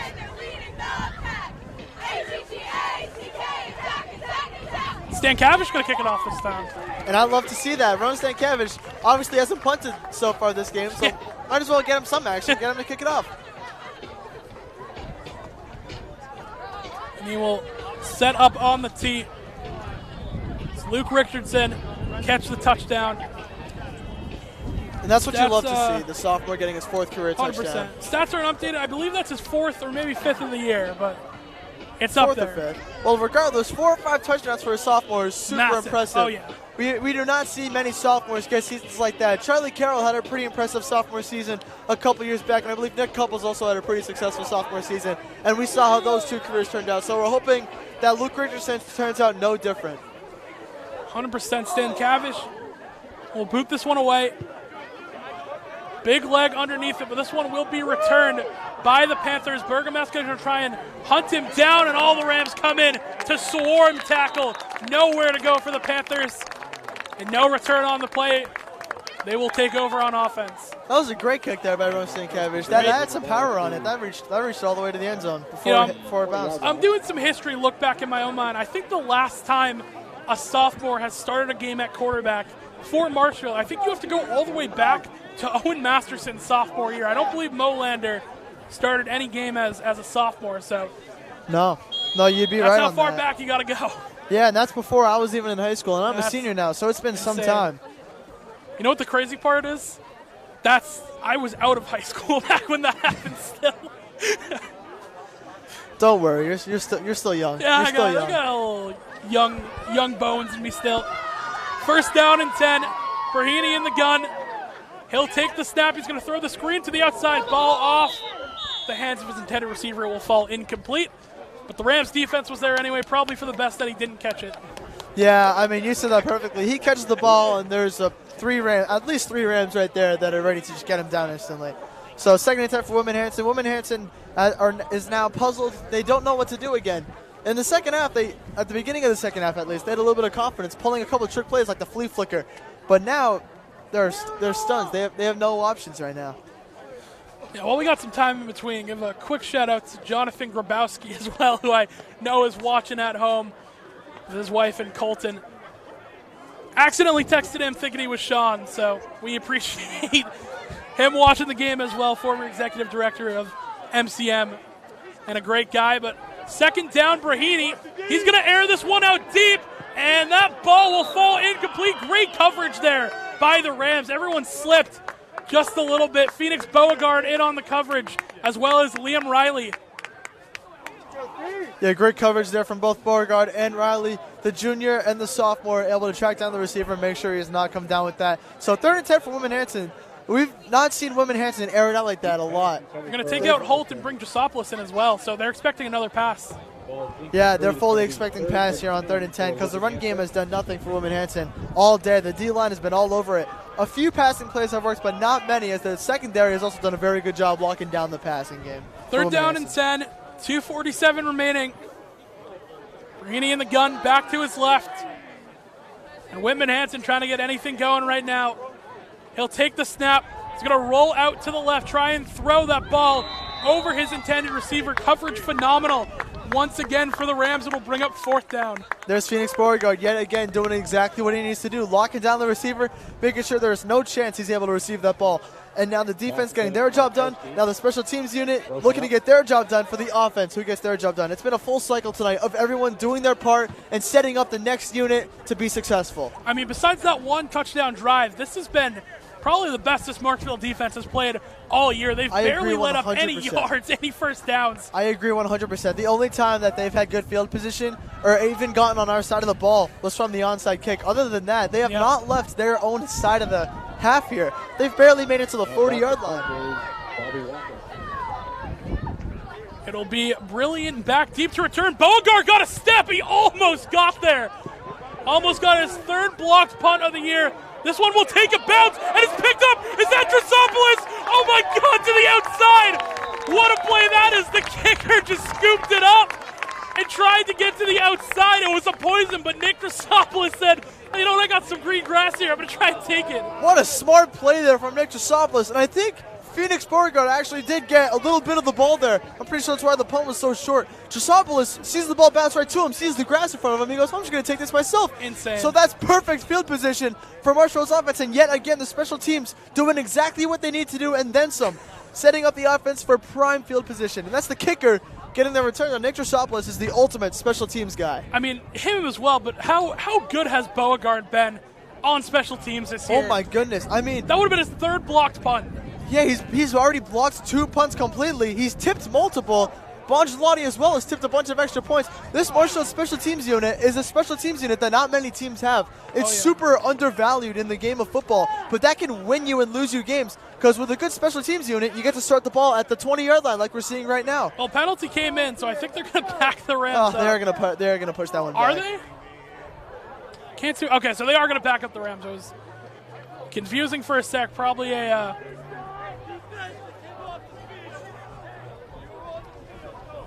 Marshfield, besides a few holding penalties, has actually been pretty good about penalties. Oh, they ran into the kicker. And not.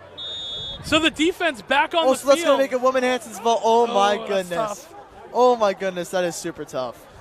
I was confused what was going on there. I think a little bit of the JV unit has checked in for the Rams as well. They're subbing some guys in. Liam Riley, who has seen a lot of varsity time, at least today. Brian Coveno in as well. That's super unfortunate. I did not expect that. It's Brahini in the gun, first down and 10 off of the penalty. Markowski will go in motion. It's that triple option once again. Pitchman Markowski gets upfield, still breaking tackles, trying to get to the outside.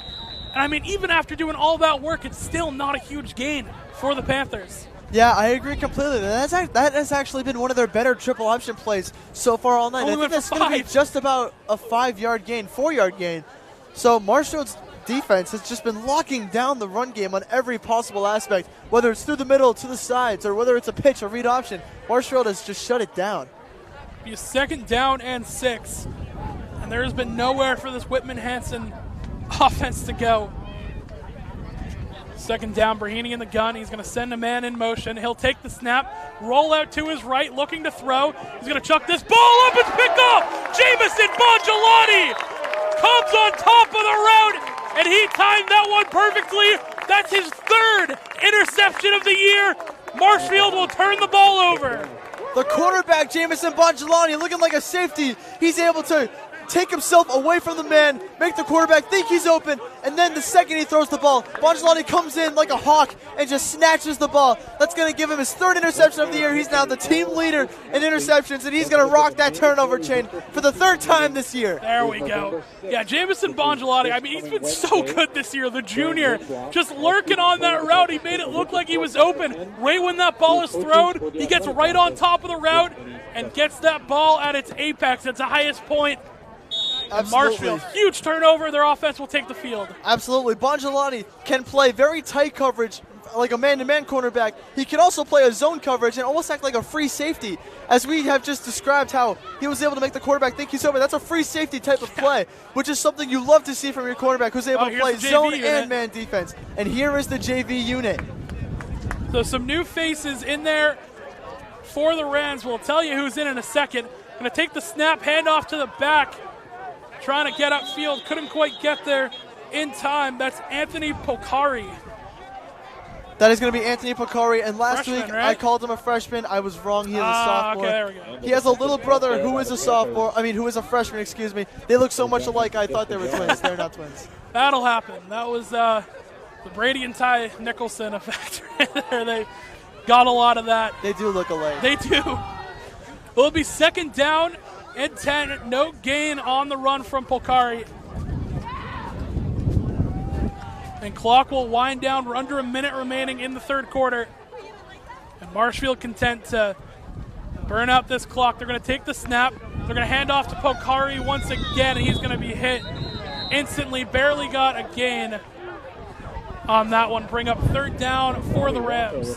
Yeah, so for Marshfield's lineup right now, I believe it's looking like it's mostly sophomore stacked with Anthony Polcari at the running back position, Cole Hannigan as a wide receiver, Chase Doherty as a wide receiver. Then we also got some juniors, Jake D'Antonio's out there, Aiden Summers still out there, and then of course sophomore Nate Rollinson still under snap.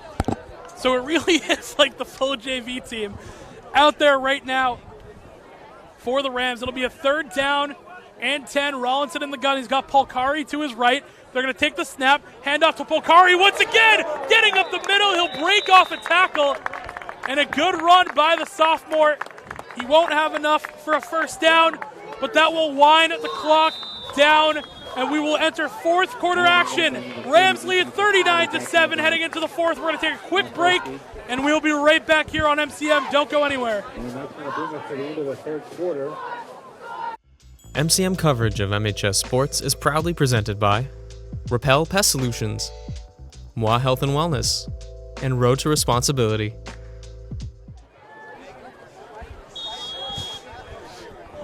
Big 4th down coming up for the Rams here at Whitman-Hanson High School. They're going to take the snap, hand off Polcari, trying to get up the middle. He has nowhere to go and won't have enough for the 1st down. So we will switch sides, and the Marshfield defense will take over, and I'm already seeing a lot of young guys checking in there as well. Yeah, absolutely. With the young guys checking in, that can only mean one thing. It means we got running clock. Yeah. So for the 4th quarter, it will be running clock. So we have 11 minutes and 30 seconds of real time left in this football game. So let's see what these young guys can do on another opportunity to get them out there. They've been in the field, I believe, the last 3 weeks, right? Yeah, they have. So let's Pretty see. much since the Rams started playing Patriot League games, they've been able to take the field at some point. So let's see if they can seize this opportunity yet again. We got sophomore Liam Riley out there, and we got a bunch of others. I'll list them in a sec. Brahini in the gun on a 1st and 10. He's going to back to his right. They're going to take the snap, throw to the outside. He has an open receiver. That ball is caught. Trying to get to the outside. He's finally wrapped up. A flag is thrown late. It was number 23, Ryan Medeiros, as well as number 33, Luke Peckham. There we go. Yeah, so we got, and there's Jack Stevens checking out. Yeah, so we got Luke Peckham out there. We got Liam Riley out there. We got the Scott twins out there, I believe. Nick Drusopoulos is out there, and a bunch of other young guys. As you mentioned, Ryan Medeiros is out there, and I believe that Chris Johnson's also out there. So the same unit that we see every week in the 4th quarter, and they have gotten the job done every week. These guys are really good at what they do. They're able to force a lot of 3-and-outs, able to force a lot of turnover on downs. Let's see what they can do here. Yeah, I want to see this young unit turn up a little bit. They've let up some points in the past. I'd like to see them hold strong here. The penalty will give the Panthers a 1st down and 10. Brahini take the snap, and that one's handed off in the middle. Good job by the Rams defensive line to put an end to that. It'll bring up 2nd down. Yeah, this defensive line is stacked with a sophomore, I believe that is. Take a look. One of them was Connor Scott in on the tackle. That we know. Yeah, Connor Scott, he is a junior, and then number 94, I'm blanking on his name. I think that's. We talked about him a lot tonight. Folan, I believe. Sean Folan. There we go. Yeah, Sean Folan. He's done a phenomenal job in this game because he has gotten snaps all game. And he's a sophomore. He's done a bunch of great things tonight. So you love to see this Marshfield defense get more opportunities on, I believe that's 2nd down and 6. The scoreboard's a little tough to read. Yeah, I think 2nd and 8 is what they got it marked at right now. It is 2nd and 8. So You're 2nd right. and 8. I think we have a quarterback change as well for the Panthers, so we'll take a look at that in a moment. 2nd down, motion man, it's play action. Looking to throw, going to air this one out deep to the sideline. That ball too far, and they're going to get a pass interference. That is a ticky-tack call, I will tell you that. I thought that was phenomenal coverage by Chris Johnson, but they will get the flag thrown on them. Yeah, Will, I couldn't agree with you more. Chris Johnson with amazing coverage right there. Super tight coverage, all up in his grill. Don't believe there was flag material there. The refs are gonna, I believe, call that on him, which I still believe was just great I coverage. think they got the hold at the very end. I think that was great coverage. I disagree with the call. The ball's not too far ahead, though. I think they're going to spot it up and move it on back.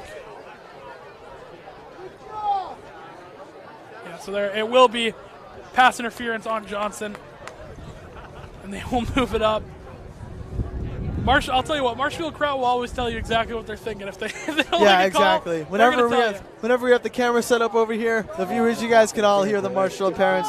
It's been great down here, though. I got. Oh, absolutely. Yeah, we've got nothing but great words from everybody here, which is awesome. Awesome to hear. Appreciate everyone here in Marshfield. Now 1st and 10 from the 30. Might have to be our new away game spot anyway. I mean, I don't mind it. The only problem is we can't get famous. That's true. It'll be a 1st down and 10.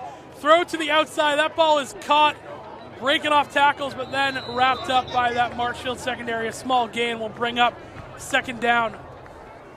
Almost 2 million views, by the way. I gotta. Is it really? Yeah. Is it really? It's up there. So shout out to Sean Leary and the rest of the MCM unit for putting that one together. It got some love on TikTok too. TikTok has got a couple tens of thousands of likes. It's true. It was killing it. I think last time I checked, it was at 500K somewhere. So appreciate that, and the kind words as well have been phenomenal to see.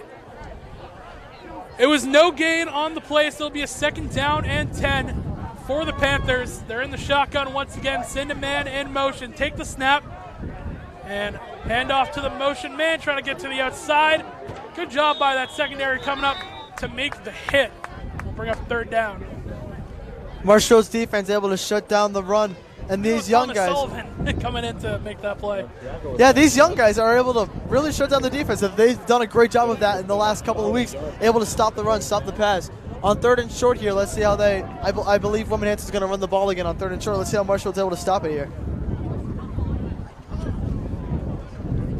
Yeah, we'll see. I'm having a ball watching Aiden Nicholson try and get the tape off of his hands. It's quite a. I don't envy that situation. It's a tough task. It's a tough task to handle. I think he got it off. There we go. There he There goes. it is. It's a 3rd down and short. They're going to throw over the middle. That ball, had a chance to be intercepted. It was Ryan Medeiros in the area. Will fall incomplete. Bring up 4th down for the Panthers. Ryan Medeiros with another almost interception. He's like the John Moran of Duncan. He's had so many chances to get that interception, unable to get it. Yeah, we'll see what happens here. Whitman-Hanson looking like they're going to go for it. So let's see if Marshfield can force the turnover on downs, which this unit has done a very good job doing this year against these Patriot League teams.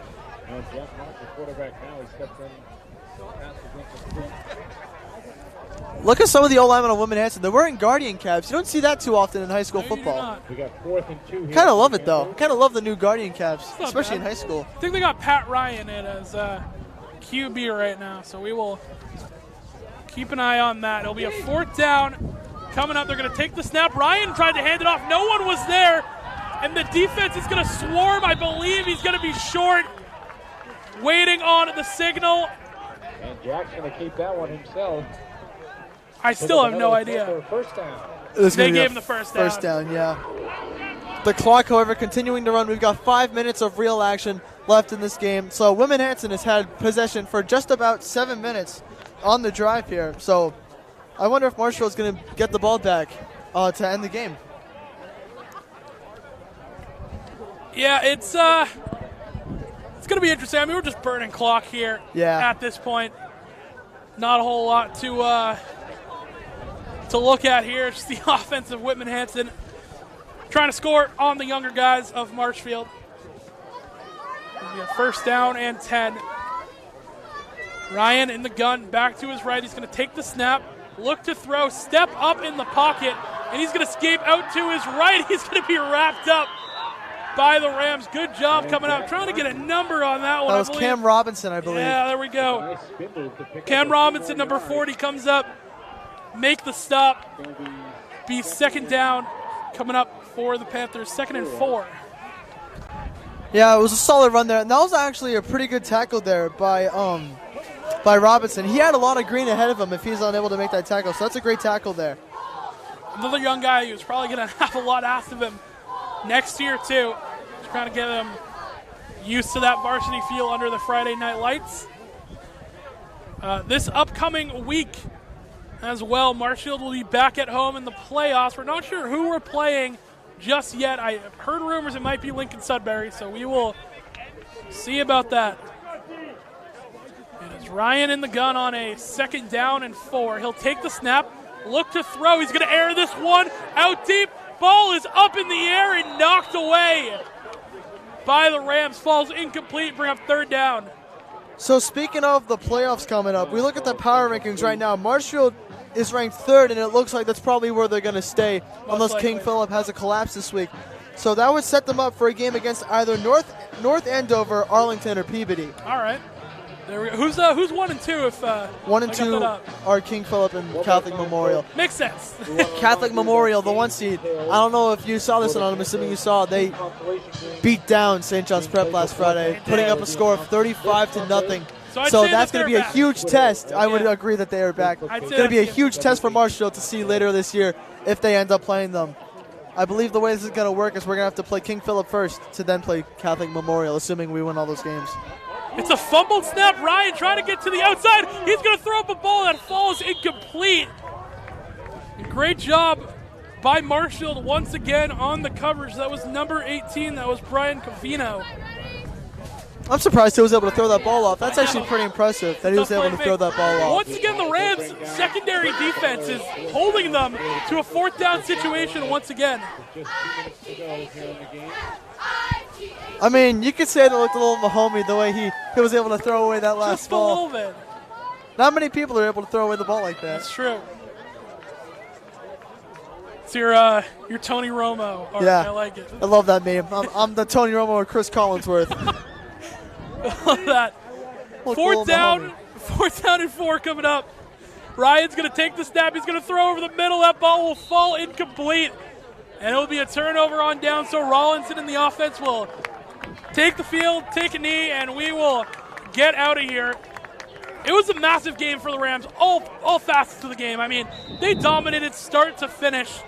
39-7 will end up being your final score, but from the beginning, it just felt like the Panthers didn't stand a chance against the Rams. Yeah, no, absolutely not. Besides that one onside kick, I think Whitman-Hanson got 2 first downs. We're being generous on that, too. It was...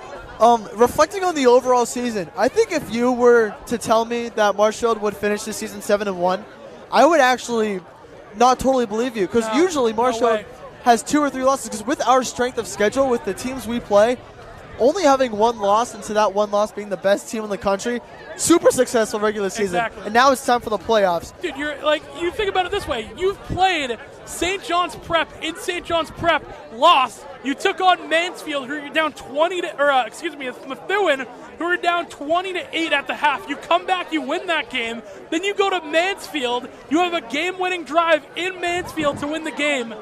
I mean, the strength of schedule has been insane for the Rams. I mean, I did not expect them. I mean, you can assume that, they probably go undefeated in the Patriot League as they essentially do every year, it feels like at this point. Yep. BR the only one who really ever competes when they play them on the schedule. But, I mean, the Rams have just continued to dominate this whole year. And that is how we are going to wrap up the regular season. Marshfield will beat Whitman-Hanson 39-7, a 7-1 record to finalize the year of the regular season for the Rams, and playoffs are on the horizon. We want to thank you for joining us here on Marshfield Community Media.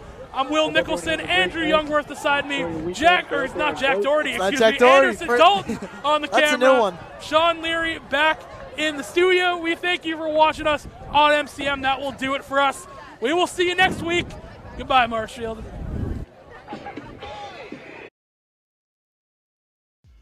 MCM coverage of MHS sports is proudly presented by Repel Pest Solutions. Repel Pest Solutions is a full-service pest control company protecting residential and commercial properties from nuisance pests that carry germs and diseases.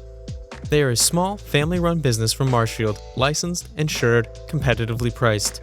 We work to understand your needs and offer an integrated pest solution that's environmentally friendly. Don't be afraid to bug us. Moi Health and Wellness. Moi Health and Wellness is owned and operated by nurse practitioner Christine Murphy.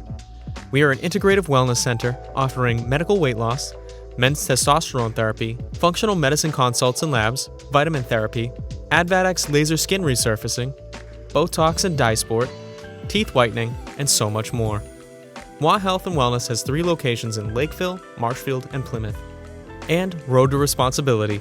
Founded in 1988, Road to Responsibility's mission is to provide the means, the opportunity, and the support necessary to allow citizens with disabilities to take their place as productive members of the community.